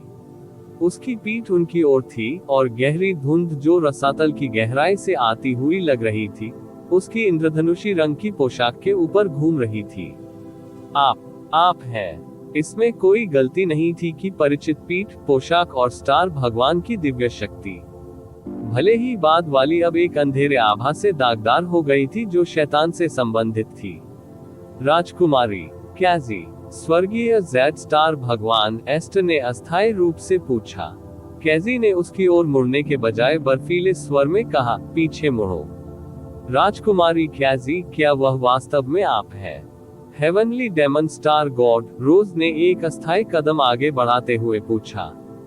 जब उसने कैजी के आसपास की भयानक ऊर्जा को देखा तो उसकी आवाज डूब गई। तुम क्यों हो? ध्यान रहे। एस्टर ने रोज को पकड़ लिया और उसे वापस खींच लिया। उसी समय कैजी ने पलटकर स्वर्गीय भेड़िया पवित्र तलवार घुमा दी। नहीं, बिना दया के स्वर्गीय भेड़िया शैतान तलवार। बूम जैसे ही पूरा जहाज आधे में विभाजित हो गया, एक शक्तिशाली लेकिन दुखद दहाड़ पूरे अंतरिक्ष में गूंज उठी। 50 किलोमीटर लंबे युद्धपोत को दर्जनों गहन संरचनाओं द्वारा सशक्त बनाया गया था, लेकिन स्वर्गीय भेड़िए की नीली काली आभा ने इसे गर्म मक्खन के माध्यम से गर्म चाकू की तरह आसानी से विभाजित कर दिया और इसे पूरी तरह से नष्ट कर दिया। दिव्य मास्टर दायरे के 9 बुजुर्ग नष्ट हुए युद्धपोत से बच निकले, इससे पहले कि वह उन्हें अपने साथ ले जाता। उनमें से 3 खून से लथपथ थे। हर कोई कैजी को पूरी तरह अविश्वास से देख रहा था। तीनों स्टार देवताओं ने कैजी को कांपती आंखों से देखा। एक ही कदम में उसके बारे में उनकी धारणा पूरी तरह बदल गई। हेवनली वुल्फ स्टार गॉड उन सभी में सबसे कम उम्र का स्टार गॉड था। हालांकि वह आश्चर्यजनक रूप से स्वर्गीय भेड़िए की दैवीय शक्ति के अनुकूल थी, लेकिन सभी ने सोचा कि उसे अपनी दिव्य शक्ति के साथ पूरी तरह से अनुकूल होने में कम से कम 1000 साल लगेंगे। हालांकि वह प्रहार केवल एक पल के लिए ही चला था, लेकिन इससे दैवीय दबाव का असर हुआ। स्पष्ट रूप से वह स्तर 10 के दिव्य गुरु जैसा था। वास्तव में ये जिंग जुएकोव की शक्ति जितनी ही मजबूत थी, यदि मजबूत नहीं थी। इविल इन्फेंट आपदा के मद्देनजर कैजी को गायब हुए केवल 7 साल ही हुए थे। दुनिया में वह दिव्य स्तर 8 से कैसे विकसित हुई मास्टर जिसने अभी स्वर्गीय भेड़िए की दिव्य शक्ति को 7 वर्षों में चरम स्तर के 10 दिव्य मास्टर तक स्वीकार किया है। यह एक अभूतपूर्व उपलब्धि थी, चाहे वह स्टार गॉड दायरे के इतिहास में हो या उनके सामान्य ज्ञान में। वापसी, उसने स्वर्गीय वुल्फ डेविल तलवार को फिर से 3 स्टार देवताओं और कांपते स्टार गॉड एल्डर्स पर तान दिया। जिस हथियार को नीली ऊर्जा से चमकना चाहिए था वह अब अंधेरे की परत में ढका हुआ था। विशेष रूप से तलवार की नोक पर स्वर्गीय भेड़िए की आंख एक हिंसक लाल काली रोशनी से चमक रही थी। उसकी शक्ति और हत्या का इरादा उन सभी से ऊपर था। संदेश स्पष्ट था, वह खुद को तीसरी बार नहीं दोहराएगी। रोज के हाथ पर अपनी पकड़ मजबूत करते हुए एस्टर ने कहा, आओ वापस चले। किसी ने एक कदम भी आगे नहीं बढ़ाया। वे सब घूम गए और जहां से आए थे वहीं वापस चले गए। कुछ समय बाद एस्टर ने अपना सिर घुमाया और दूर स्थित कैजी पर एक नजर डाली। उसके चेहरे की चमकीली मासूम मुस्कान कब की गायब हो चुकी थी। जो अनंत तारे उसकी आंखों में बसते थे वे सभी अस्तित्व से बाहर हो गए थे। जो कुछ बचा था वह दमघोंटू अंधकार और शैतानी शक्ति थी जिसने सबसे बहादुर लोगों को भी उनके रास्ते में मरने से रोक दिया था। उसने इस बारे में नहीं सोचा कि कैजी केवल 7 छोटे वर्षों में इतनी शक्तिशाली कैसे हो पाए। इसके बजाय उसने दर्द और दुख के बारे में सोचा। ये सब गलती किसकी थी? एक अन्य पूर्वी दिव्य क्षेत्र के राजा क्षेत्र में एक गहन जहाज स्टार गॉड रियलम के युद्धपोत के लगभग उसी समय अनंत स्वर्ग गॉड रीम के लिए रवाना हुआ था। गहरे जहाज के ऊपर खड़े होने पर कियाने फेंटियन के चेहरे पर गहरे भाव थे। उनके पीछे ब्रह्मा राजा भी उदास चेहरे पहने हुए थे। अनंत स्वर्ग ईश्वर क्षेत्र के भयानक दृश्य ने उसे गहराई से चिंतित कर दिया था। आप ऑडियो बुक्स 108 देख रहे हैं। धोखेबाजों से सावधान रहें। ब्रह्मा सम्राट क्षेत्र के देव सम्राट के रूप में ऐसे बहुत कम लोग थे जो उत्तरी दिव्य क्षेत्र को उनसे बेहतर जानते थे, यदि जानते भी थे। अभी शाश्वत स्वर्ग देव क्षेत्र में हो रही लड़ाई ने उत्तरी दिव्य क्षेत्र के बारे में उनकी पूर्व धारणाओं को तोड़ दिया था। वह विशेष रूप से उन 3 गुणों के बारे में चिंतित था जिन्हें उसने प्रक्षेपण पर देखा था। उनकी कुरूप आंखों के दर्शन मात्र से पूर्वी दिव्य क्षेत्र के सबसे शक्तिशाली देवता सम्राट के हृदय में सिहरन दौड़ गई थी। उनके जाने के कुछ ही समय बाद 3 लोग धीरे धीरे ब्रह्मा सम्राट राजधानी के द्वार तक चले गए। वे जहां भी गए, दुनिया अपने आप ही उनकी पटरियों पर जम गई। समूह के नेता ने गेट के सामने रुककर कहा, कृपया कियानए फैंटियन को बताएं कि दक्षिणी सागर देवता सम्राट उनसे मिलने के लिए यहाँ है। ब्रह्मा सम्राट रक्षक ने नम्रतापूर्वक प्रणाम किया। नमस्कार दक्षिणी सागर देव सम्राट। अनंत स्वर्ग क्षेत्र पर वर्तमान में शैतानों द्वारा हमला किया जा रहा है और हमारे देव सम्राट ने उन्हें बचाने के लिए क्षेत्र छोड़ दिया है। क्या ऐसा है? नान वानशेंग मंद मंद मुस्कुराए। फिर मैं उसके लौटने का इंतजार करूंगा। क्या गलत है? क्या आप मुझे रोकने की कोशिश करेंगे? बिल्कुल नहीं। ब्रह्मा सम्राट गार्ड तुरंत पीछे हट गया और अपना सिर झुका लिया। कृपया अंदर आए। दक्षिणी सागर देवता सम्राट कियानए यंग को देखने के लिए अक्सर ब्रह्मा सम्राट की राजधानी का दौरा करते थे, लेकिन अगर ऐसा नहीं होता तो भी वे दक्षिणी दिव्य क्षेत्र के सबसे मजबूत देवता सम्राट को वह करने से रोकने की हिम्मत नहीं करते जो वह चाहता था। वह व्यक्ति राजधानी में ऐसे घुसा जैसे अपनी चेतना का विस्तार करने से पहले वह स्थान उसका मालिक हो। उसने तुरंत मुस्कुराकर और गहरे सुनहरे रंग की एक डिस्क निकालने से पहले कई ब्रह्मा राजाओं के स्थानों की पहचान की। एक छोटी सी गहरी संरचना ने उसे और उसके दल को घेर लिया और वे अचानक एक टावर के सामने प्रकट हो गए। टावर अपने आप में कुछ खास नहीं लग रहा था, लेकिन ये सैकड़ों सीलिंग संरचनाओं से ढका हुआ था और हास्यास्पद संख्या में लोगों द्वारा संरक्षित था। दक्षिणी सागर देवता सम्राट की आंखों के पीछे का लालच और भी अधिक चमक उठा।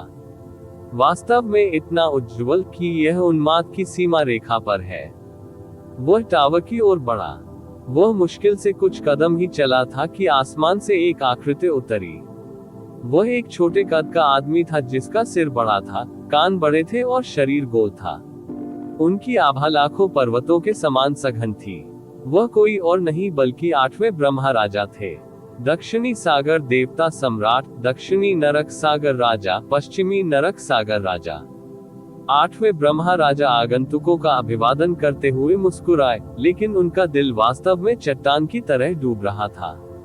यदि मेरे देव सम्राट यहाँ होते तो आप सभी को देखकर बहुत प्रसन्न होते। अब कृपया अनुसरण करें। मैं एक छोटे से विश्राम के लिए मुख्य महल में गया। मेरे देव सम्राट बहुत जल्द लौटेंगे। क्या ऐसा है? दक्षिणी सागर देवता सम्राट मुस्कुराया, लेकिन उसकी आंखें अचानक हत्या के इरादे से चमक उठी। लेकिन मैं अब और इंतजार नहीं कर सकता। जैसे ही उन्होंने ऐसा कहा, उनकी उंगलियों से सुनहरी रोशनी फूट पड़ी और सीधे 8वें ब्रह्मा राजा के गले की ओर चली गई। देवताओं के विरुद्ध अध्याय 1725। ब्रह्मा सम्राट, दक्षिणी सागर दक्षिणी समुद्र देवता सम्राट के ठीक इसी समय अपने 2 समुद्री राजाओं के साथ प्रकट होने के तुरंत बाद 8वें ब्रह्मा राजा को बहुत बुरा महसूस हुआ था। ये ब्रह्मा सम्राट देव क्षेत्र की राजधानी थी, जो पूरे पूर्वी दिव्य क्षेत्र में सबसे अलंघनीय स्थान था। हालांकि दक्षिणी सागर देवता सम्राट एक पागल व्यक्ति था जो उस छवि या सिद्धांतों के बारे में कम परवाह नहीं कर सकता था जो एक देवता सम्राट के पास होनी चाहिए। वह अपने लक्ष्यों को प्राप्त करने के लिए कुछ भी करेगा। यद्यपि 8वें ब्रह्मा राजा दक्षिणी सागर देवता सम्राट के सामने उपस्थित होते ही किसी भी चीज के लिए मानसिक रूप से तैयार थे, लेकिन ये तथ्य कि बाद वाले ने वास्तव में उन पर हमला किया था, फिर भी उन्हें गहरा सदमा लगा। उसने धक्का देने की गति की और तुरंत एक विशाल ब्रह्मा छाप को बुला लिया। इसने नान वानशेन के हमले को अवरुद्ध कर दिया और आकाश में प्रकाश का एक स्तंभ दाग दिया। उसी समय यह 1000 घंटियों की तरह बजी और पूरी ब्रह्मा सम्राट राजधानी को जगा दिया। गड़गड़ाहट। 8वें ब्रह्मा राजा के पराजित होने से पहले गतिरोध केवल आधी सांस तक चला। हंगामे को रोकने के लिए ब्रह्मा मोनाक गार्ड तुरंत दौड़ पड़े।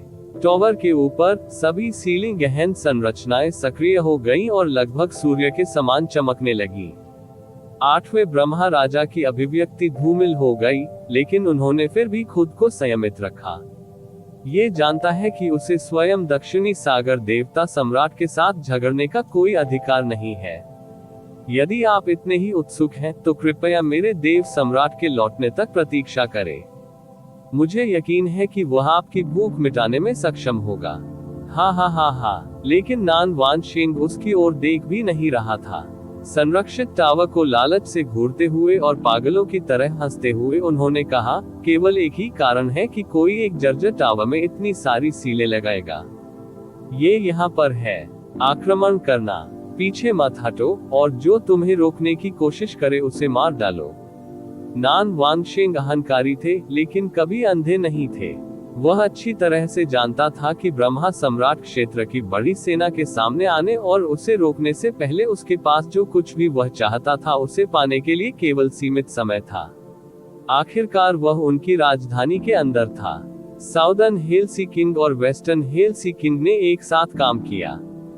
8वें ब्रह्मा राजा का उन दोनों से कोई मुकाबला नहीं था, लेकिन चाहे कुछ भी हो वह पीछे नहीं हट सकते थे। उसने फिर से बाहर धकेल दिया और विशाल ब्रह्मा छाप से उन पर हमला कर दिया। बजना। NOVALB-1 समुद्री राजाओं की भयानक शक्ति द्वारा ब्रह्मा की छाप को तोड़ने से पहले वह केवल एक सांस तक ही टिकी थी। उसी समय नान वानशेन की चमकती हथेली मलबे से टकराए और सीधे उसकी छाती पर लगी। 8वें ब्रह्मा राजा को फर्श पर कई किलोमीटर तक फिसलते हुए भेजा गया था। इससे पहले कि वे कुछ कर पाते, आसपास के ब्रह्मा रक्षकों को देव सम्राट की शक्ति से मार गिराया गया। 8वें ब्रह्मा राजा का चेहरा एक पल के लिए घातक रूप से पीला पड़ गया। वह क्रोध और निराशा की भावना से ग्रस्त था। ईश्वर क्षेत्र में लगभग हर चीज के लिए शक्ति ही निर्णायक कारक थी। रुतबा, सम्मान, महिमा और यहाँ तक कि लोगों ने आपके साथ कैसा व्यवहार किया। जब ब्रह्मा सम्राट देव क्षेत्र में अभी भी 3 ब्रह्मा देवता और ब्रह्मा सम्राट देवी थी, तो वे दक्षिणी समुद्री देवता क्षेत्र से थोड़ा ही अधिक मजबूत थे। जब उन्होंने एक ही बार में 4 स्तर के 10 दिव्य गुरुओं को खो दिया, 3 ब्रह्मा देवताओं को शैतान सम्राट के लिए और ब्रह्मा सम्राट देवी को स्वयं के लिए, दक्षिणी सागर देवता सम्राट का रवैया उनसे दोबारा मिलने के बाद पूरी तरह से बदल गया। आज तो उसने उन पर उन्हीं की राजधानी में हमला कर दिया। उनका अहंकार और उनके प्रति तिरस्कार सबके सामने उजागर हो गया। जब 2 सी किंग्स नान वानशेन की पीठ को कवर कर रहे थे तो कोई भी करीब नहीं आ सका। वह व्यक्ति स्वयं टावर तक चला गया था, जैसे कि वह जगह उसका मालिक हो। टावर को कवर करने वाली प्रत्येक सीलिंग संरचना अविश्वसनीय रूप से शक्तिशाली थी। इसे कोई देव सम्राट भी अल्प समय में नहीं तोड़ सकेगा। लेकिन दक्षिणी सागर देवता सम्राट बिना तैयारी के नहीं आए थे। अंधेरे, शैतानी ऊर्जा से ढका एक अजीब आकार का पिक अचानक उसके हाथ में दिखाई दिया। दूरी में बाकी ब्रह्मा राजा अपने भाइयों की सहायता के लिए दौड़ पड़े। जब उन्होंने दक्षिणी सागर देवता सम्राट के हाथों में काली रोशनी देखी तो वे एक साथ पीले पड़ गए। शैतान को हटाने वाली आत्मा उठाओ। बहुत समय पहले देवताओं और राक्षसों के बीच युद्ध का सबसे भयानक युद्ध दक्षिणी दिव्य क्षेत्र में हुआ था। इसलिए उस क्षेत्र में कई दिव्य विरासतें, दिव्य कलाकृतियां, शैतान कलाकृतियां और शैतान जहर पाया जा सकता है। हालांकि दक्षिणी दिव्य क्षेत्र अंततः एक अंधकार में वातावरण नहीं था। सभी शैतान कलाकृतियों या शैतान जहर को उनकी गुप्त ऊर्जा को लीक होने से रोकने के लिए पूरी तरह से सील किया जाना चाहिए। यही कारण है कि गहरे गहन ऊर्जा वाले वातावरण के बाहर उपयोग की जाने वाली शैतान कलाकृतियां मूल रूप से हर उपयोग के साथ कमजोर होती गईं। बेशक उनके मालिक अपनी कलाकृतियों की ताकत को बहाल करने के लिए गुप्त रूप से उत्तरी दिव्य क्षेत्र में चले जाएंगे या नहीं, यह एक और बात थी।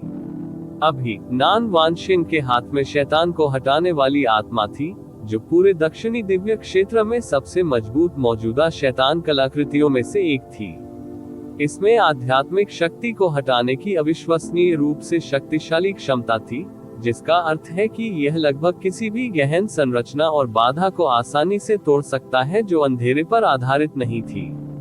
हालांकि इस शक्तिशाली शैतान कलाकृति को पर्याप्त मात्रा में गहरी ऊर्जा के बिना आसानी से नियंत्रित नहीं किया जा सकता है। नान वानशिंग एक देव सम्राट था, लेकिन वह भी स्पिरिट रिमूविंग डेविल पिग के दुर्बल प्रभावों से अछूता नहीं था। उसका हाथ थोड़ा थोड़ा कांप रहा था और कम से कम उसका आधा हाथ तीव्र दर्द से घिरा हुआ था। हालांकि परिणामस्वरूप उसकी निगाहें और अधिक हिंसक हो गईं। उसने शैतान को हटाने वाली आत्मा को गहन संरचनाओं पर घुमाया। विनाशकारी मात्रा में शक्ति के साथ जवाबी कार्रवाई करने के बजाय सीलों ने तीखी आवाज निकाली, क्योंकि एक ही बार में हजारों काली दरारें उनकी सतह पर फैल गईं। गहरी संरचनाओं को अपनी रोशनी खोने और पूरी तरह से ढहने में केवल कुछ सांसों का समय लगा। नान वानशिंग की अभिव्यक्ति अचानक बदल गई। अगले ही पल उसने ऊपर देखा और अपने बाएं हाथ से मुक्का मार दिया। ब्रह्मा सम्राट की राजधानी के ऊपर कम से कम 5000 किलोमीटर चौड़े विस्फोट का भयानक घेरा फूट पड़ा। बाद में गड़गड़ाहट के साथ भूरे रंग का वस्त्र पहने एक टेढ़ा बूढ़ा व्यक्ति धीरे धीरे आकाश से उतरा और नान वानशिंग के सामने गिरा, जिसने दक्षिणी सागर देवता सम्राट के दबाव को अपनी गहन ऊर्जा से रोक दिया। ये गु झू था। ओह! नान वानशिंग की लंबी संकीर्ण पुतलियों से एक ठंडी चमक गुजरी। यह आप है। गु झू कियानये यंग र का एक वफादार नौकर था। कुछ मायनों में उसे गहन तरीके से उसका आधा स्वामी माना जा सकता है। नान वानशिंग को ये सब पता था, सिवाय एक बात के, आज तक वह अभी भी नहीं जानता था कि उसका असली नाम क्या था। उससे भी अधिक अजीब तथ्य ये था कि गु झू टावर के अंदर से प्रकट हुआ था। दक्षिणी सागर देव सम्राट गु झू ने समुद्र की लहरों जैसी शक्तिशाली आवाज में कहा, कृपया जाए। उनके पीछे 7 ब्रह्मा राजाओं में से 4 पहले ही आ चुके थे। दैवीय मास्टर बुजुर्ग और ब्रह्मा सम्राट दैवीय दूत आए थे और उन्होंने दक्षिणी समुद्री देवता सम्राट और उनके समुद्री राजाओं को भी घेर लिया था। न केवल नान वानशिंग ने डर का कोई संकेत नहीं दिखाया, वह गु झू को देखकर आसानी से मुस्कुराया और कहा, मुझे जो चाहिए वह दे दो और मैं तुरंत चला जाऊंगा। गु झू ने यह नहीं पूछा कि वह क्या चाहता है या कोई दिखावा नहीं किया। जिस क्षण से नान वानशिंग सामने आए, उन्हें पता था कि रहस्य को नकारना या छिपाना व्यर्थ था। उन्होंने एक शांत आह भरी और कहा, दक्षिणी सागर देवता सम्राट बिना किसी अच्छे कारण के यहाँ नहीं आ सकते। पूर्वी दिव्य क्षेत्र पर इस समय शैतानों का हमला है और आपके आगमन का समय इससे बुरा नहीं हो सकता। आप एक बुद्धिमान व्यक्ति हैं, दक्षिणी सागर देवता सम्राट। आप इतने अंधे नहीं हो सकते कि इस संभावना को छोड़ दे कि यह शैतान लोगों की योजना का एक हिस्सा है। क्या आप ऐसा कर सकते हैं? वास्तविक आपदा आने से पहले कृपया अपने आप को इस्तेमाल करने और हमारे दोनों क्षेत्रों को नुकसान पहुंचाने की अनुमति न दें। ठीक कहा, अच्छा कहा। दक्षिणी सागर देवता सम्राट गु झू की ओर हाथ बढ़ाने से पहले हंसे। फिर आप और किस चीज का इंतजार कर रहे हैं? यदि आप ठीक ठीक जानते हैं कि स्थिति क्या है, तो आपको जो मैं चाहता हूँ वह मुझे तुरंत सौंप देना चाहिए। इस तरह हम दोनों जो चाहते हैं उसे पा सकते हैं। गु झू ने अपने भूरे वस्त्र से एक विकृत हाथ निकालने से पहले गहरी आह भरी। ये बूढ़ा और क्या कह सकता है यदि दक्षिणी सागर देवता सम्राट को स्वयं इस्तेमाल किए जाने पर कोई आपत्ति नहीं है। कृपया मुझे अपनी शक्ति सिखाएं। हे नान वानशिंग ने व्यंग्य किया। मुझे डर है कि तुम हो योग्य। तो फिर मेरा क्या? एक धीमी लेकिन उग्र गुर्राहट अचानक हवा में गूंज उठी। टावर के ऊपर अचानक एक विशाल गहरी संरचना चमक उठी। स्थानिक रोशनी ने कुछ समय के लिए हवा को भर दिया। ब्रह्मा मोनाक गहन जहाज जो हाल ही में क्षेत्र छोड़ गया था, अचानक फिर से ब्रह्मा मोनाक भगवान क्षेत्र में प्रकट हुआ। फिर कियानये फैंटियन और उनके साथ ब्रह्मा राजा आकाश से नीचे उतरे और उन्होंने नान वानशिंग और 2 समुद्री राजाओं के चारों ओर अपना प्रभामंडल बंद कर दिया। टकराना। जब कियानये फैंटियन दक्षिणी सागर देवता सम्राट के सामने जमीन से टकराया तो पूरी राजधानी थोड़ी हिल गई। दक्षिणी सागर देवता सम्राट ने एक पल के लिए आकाश में गहरे जहाज को देखा, इससे पहले कि उसने आखिरकार कियानये फैंटियन पर अपनी नजरें झुका ली।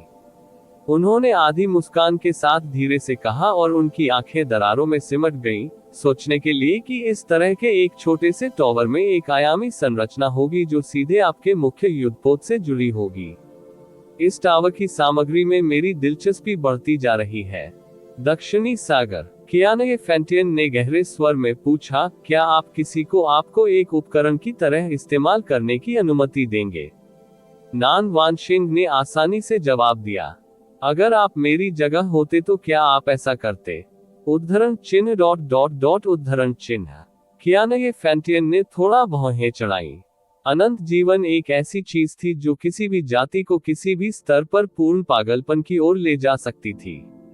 यहाँ तक कि सबसे शांत व्यक्ति भी प्रलोभन के आगे अपना दिमाग खो सकता है। यही कारण है कि जिस व्यक्ति ने नान वानशिंग को इस टावर का रहस्य बताया था, उसे इस बात का बिल्कुल भी डर नहीं था कि उनके इरादों को पहचाना जाएगा। कियानये फैंटियन के दिल में गुस्सा जल रहा था, लेकिन वह अपनी इच्छानुसार व्यक्त करने की स्थिति में नहीं था। उन्होंने ये कहने से पहले तुरंत नफा नुकसान पर विचार किया। उस स्थिति में मुझे आपके साथ एक सौदा करने की अनुमति दे। ओह, स्पिरिट रिमूविंग डेविल पिक को हटाते समय नान वानशिंग ने दिलचस्पी भरी भौहें उठाई। मुझे बताओ, पूर्वी दिव्य क्षेत्र पर हमला करने वाले शैतान लोगों को दबाने में मेरी मदद करें, कियानये फैंटियन ने कहा। एक बार जब वे नष्ट हो जाएंगे तो मैं आपके साथ इसके रहस्यों का अध्ययन करूंगा। हालांकि कई दिनों पहले शैतान लोगों के आक्रमण ने कियानये फैंटियन के दिमाग में एक चेतावनी की घंटी बजा दी थी, लेकिन उसने इस पर बहुत अधिक ध्यान नहीं दिया था। उन्हें दबाने की तो बिल्कुल भी परवाह नहीं की थी। आखिरकार ब्रह्मा सम्राट भगवान क्षेत्र स्वस्थ हो रहे थे और एक नए ब्रह्मा भगवान को विकसित करने के लिए अपनी शक्ति में सब कुछ कर रहे थे। ऐसा कोई रास्ता नहीं था जिससे वे अपनी ताकत को कम कर सके और उनके लिए शाश्वत स्वर्ग क्षेत्र को मिटा सके। फिर भी आज, केवल 2 घंटे से भी कम समय पहले, स्थिति अचानक उसकी कल्पना से परे बढ़ गई थी। पूर्वी दिव्य क्षेत्र में हर जगह तारा क्षेत्र ढह रहे थे, और यहाँ तक कि अनंत स्वर्गदेव क्षेत्र भी कमोबेश भयावह रूप से कम समय में नष्ट हो गया था। वह इससे चिंतित कैसे नहीं हो सकता था? हा। नान वानशिंग ने कियानये फैंटियन का उपहास करने से पहले उसके चेहरे पर हंसे। एक सौदा, इसके रहस्यों का एक साथ अध्ययन करें। हे, क्या तुम्हें अभी भी कुछ साल पहले मुझसे किया गया अपना वादा याद है, कियानये फैंटियन? आपने मुझसे कहा था कि आप बिना छुए कियानये यंग ग्रह को मेरे पास पहुंचा देंगे। मैंने आप पर भरोसा किया, अपनी सभी महिलाओं को निर्वासित कर दिया, एक भव्य दावत की तैयारी की और यहाँ तक कि सभी राजाओं को उस दिन का गवाह बनने के लिए आमंत्रित किया जब देवी स्वयं मेरी निजी वस्तु बन गईं। लेकिन आपने उन्हें जाने दिया और मुझसे झूठ बोला। तुम बूढ़े कुत्ते हो। नान वानशिंग का चेहरा स्पष्ट रूप से विकृत दिखाई दे रहा था क्योंकि उसने उस समय की बात को दोहराया था। ब्रह्मा सम्राट देवी को खो देने की उनकी हताशा और कियानये फैंटियन द्वारा झूठ बोले जाने पर उनका क्रोध एक ही बार में बाहर आ गया। आपने मुझे दक्षिणी दिव्य क्षेत्र में हंसी का पात्र बना दिया, और आप मुझसे उम्मीद कर रहे हैं कि मैं आपके झूठ पर फिर से विश्वास करूं। कियानये फैंटियन ने ठंडे स्वर में घोषणा की, यह आखिरी बार है जब मैं खुद को दोहराऊंगा। वह अपनी इच्छा से भाग गई। मेरा इसके साथ कोई लेना देना नहीं था। केवल इसलिए कि आप क्रोधित हैं, ऐसा दिखावा न करें कि आप यह नहीं जानते। मैं ही वह हूँ जो निर्णय लेता हूँ कि मैं क्या मानता हूँ। नान वानशिंग ने उतनी ही बेरुखी से उत्तर दिया, तुमने अपना वचन तोड़ा और मेरे लोगों के सामने मुझे अपमानित किया। केवल इन 2 तथ्यों के आधार पर मैं कभी नहीं भूलूंगा। महाराज, पहले ब्रह्मा राजा ने एक कदम आगे बढ़ाया और क्रोधित होकर विनती की, तुम्हें उसे सहन करने की आवश्यकता नहीं है। ब्रह्मा देवताओं के बिना भी ब्रह्मा सम्राट देव क्षेत्र को किसी से डरने की जरूरत नहीं है। कियानगे फैंटियन ने अपना हाथ बढ़ाया और अपने ही ब्रह्मा राजा को चुप करा दिया। अपने गुस्से को दबाते हुए उसने धीमे स्वर में कहा, ये सुनो दक्षिणी सागर, हमारी पुरानी शिकायतों को एक तरफ रख दें, आपको अनंत स्वर्ग ईश्वर क्षेत्र की त्रासदी देखनी चाहिए थी। ये शैतानी उक्क्रमण किसी भी चीज से भिन्न है जो हमने पहले कभी देखा है। ये लगभग वैसा ही है जैसे किसी ने उन्हें पूरी तरह से एक नई नस्ल में संशोधित कर दिया हो। यदि पूर्वी दैवीय क्षेत्र गिरता है तो ढहने वाला अगला क्षेत्र आपका दैवीय क्षेत्र हो सकता है। कियानगे फैंटियन के शब्द न केवल नान वानशेंग के मन को बदलने में सफल रहे, बल्कि नान वानशेंग ने हल्की सी हंसी उड़ाई और कहा, बिल्कुल। अनंत स्वर्ग देव क्षेत्र के पतन के बाद ब्रह्मा सम्राट ईश्वर क्षेत्र शैतान लोगों का अगला लक्ष्य हो सकता है। मैं आपकी मदद कर सकता हूँ। उसने खतरनाक तरीके से अपने होंठ मोड़े। या जब आप पर हमला हो तो मैं आपको लूट सकता हूँ। आपकी पंसद। उनके इरादे उतने ही स्पष्ट थे जितने वे समझ सकते थे।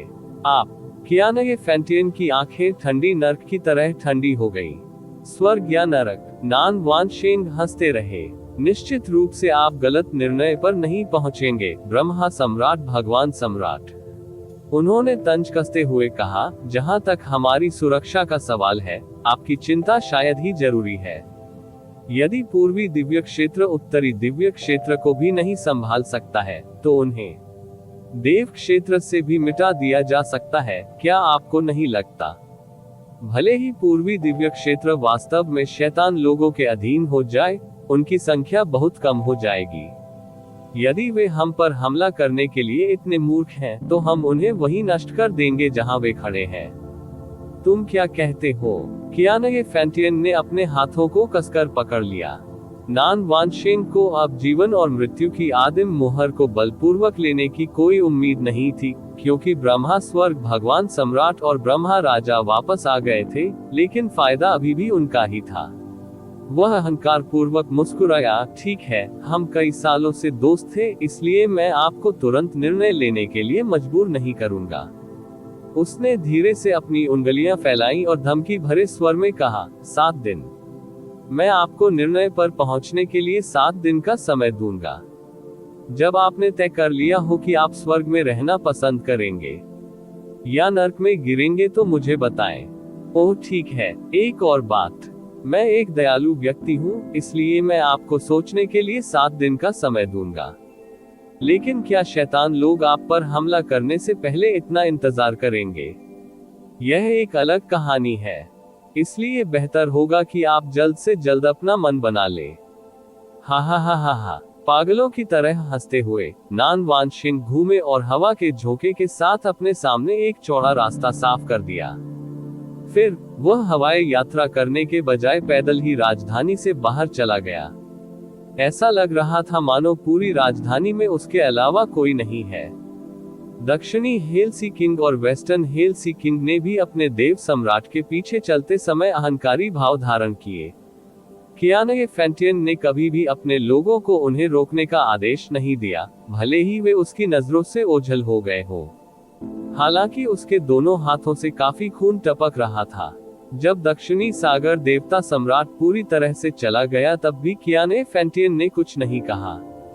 प्रथम ब्रह्मा राजा आगे बढ़े और पूछा, महामहिम, हमें अनंत स्वर्ग क्षेत्र के बारे में क्या करना चाहिए? हमारे दायरे को सील करो। कियानगे फैंटियन गुर्राया। इस बिंदु पर शाश्वत स्वर्ग क्षेत्र उसके दिमाग में आखिरी चीज थी। जो हुक्म मेरे आका। ब्रह्मा राजाओं ने उनके आदेश का पालन किया और ज्यादा समय नहीं बीता जब पूरा ब्रह्मा सम्राट देव क्षेत्र एक विशाल निराकार बाधा से घिरा हुआ था। निकालना। हर कोई जानता था कि कियानगे फैंटियन गुस्से से भरा हुआ था और किसी की भी उसके करीब जाने की हिम्मत नहीं हुई। जैसे ही उसने आदेश दिया, वे सभी तितर बितर हो गए। गु झू एकमात्र ऐसा व्यक्ति था जो उसके साथ रहा। कियानगे फैंटियन ने धीरे से अपनी हथेलियां ऊपर उठाई। वे पूरी तरह से खून से लथपथ थे और उसकी उंगलियां अभी भी कसकर मुट्ठियों में बंधी हुई थी। वह इतनी गहरी आवाज में बोला कि यह डरावना था। दक्षिणी सागर, आपने इस बार गलत आदमी को धमकी दी है। आप ऑडियो बुक्स 108 देख रहे हैं। धोखेबाजों से सावधान रहें। जब उसने ये कहा तो उसकी आंखें असीम क्रूरता से चमक उठी। वह पूर्वी दिव्य क्षेत्र का सबसे शक्तिशाली देव सम्राट था। हो सकता है कि उसका क्षेत्र अभी दक्षिणी सागर देवता सम्राट जितना मजबूत न हो, लेकिन वह इस अपमान को चुपचाप सहन नहीं करेगा। गुझू, उसने अचानक पूछा। यू चे द्वारा उसमें दास की छाप डालने से पहले आपने जीवन और मृत्यु की आदिम मोहर के बारे में यंग प्र की सभी यादें मिटा दी, है ना? हाँ, गुझू ने उत्तर दिया, लेकिन ये सब नहीं। चंद्र देवता सम्राट को पहले से ही इसके अस्तित्व के बारे में पता था, और वह एक बुद्धिमान महिला है। ये सब मिटा देने से केवल चंद्रमा देवता सम्राट को हमारे लिए परेशानी खड़ी करने का कारण मिलेगा। इसलिए मैंने जीवन और मृत्यु की आदिम मोहर के अलावा उसकी सभी यादें मिटा दी, अस्तित्व और उसका स्थान। इसका मतलब है कि संभवतः यंग एर ही वह व्यक्ति है जिसने उसे इस जगह के बारे में बताया था, कियानये फैंटियन ने बुदबुदाया। आमतौर पर शैतान लोगों के लिए दक्षिणी दिव्य क्षेत्र तक जाना और वहां जानकारी लीक करना असंभव था। फिर भी यह एक तथ्य था कि पूर्वी दिव्य क्षेत्र के दक्षिणी क्षेत्र में अनगिनत शैतान लोग बिना किसी के ध्यान में आए प्रकट हो गए थे। इसका मतलब ये था कि असंभव अब संभव हो गया है, भले ही यह कितना भी असंभव क्यों न लगे। वास्तव में यह एकमात्र संभावना हो सकती है। गुझू ने कुछ नहीं कहा। अभी उसके विचार हर जगह थे। पूर्वज के बारे में सब कुछ मिटा दिया गया है ना? कियानये फैंटियन ने सीधे गुझू की आंखों में देखा। हाँ, गुझू ने शांति से और बिना किसी डर के उत्तर दिया। आपको इसके बारे में चिंता करने की जरूरत नहीं है, मास्टर। अच्छा, कियानये फैंटियन की आंखें फिर से भयानक हो गईं जब उसने उस दिशा में देखा जब नान वानशेन गायब हो गया था। इस तरह के और अपडेट के लिए कृपया हमारे चैनल ऑडियो बुक्स 108 को सब्सक्राइब करें और नोटिफिकेशन सक्षम करें। धन्यवाद।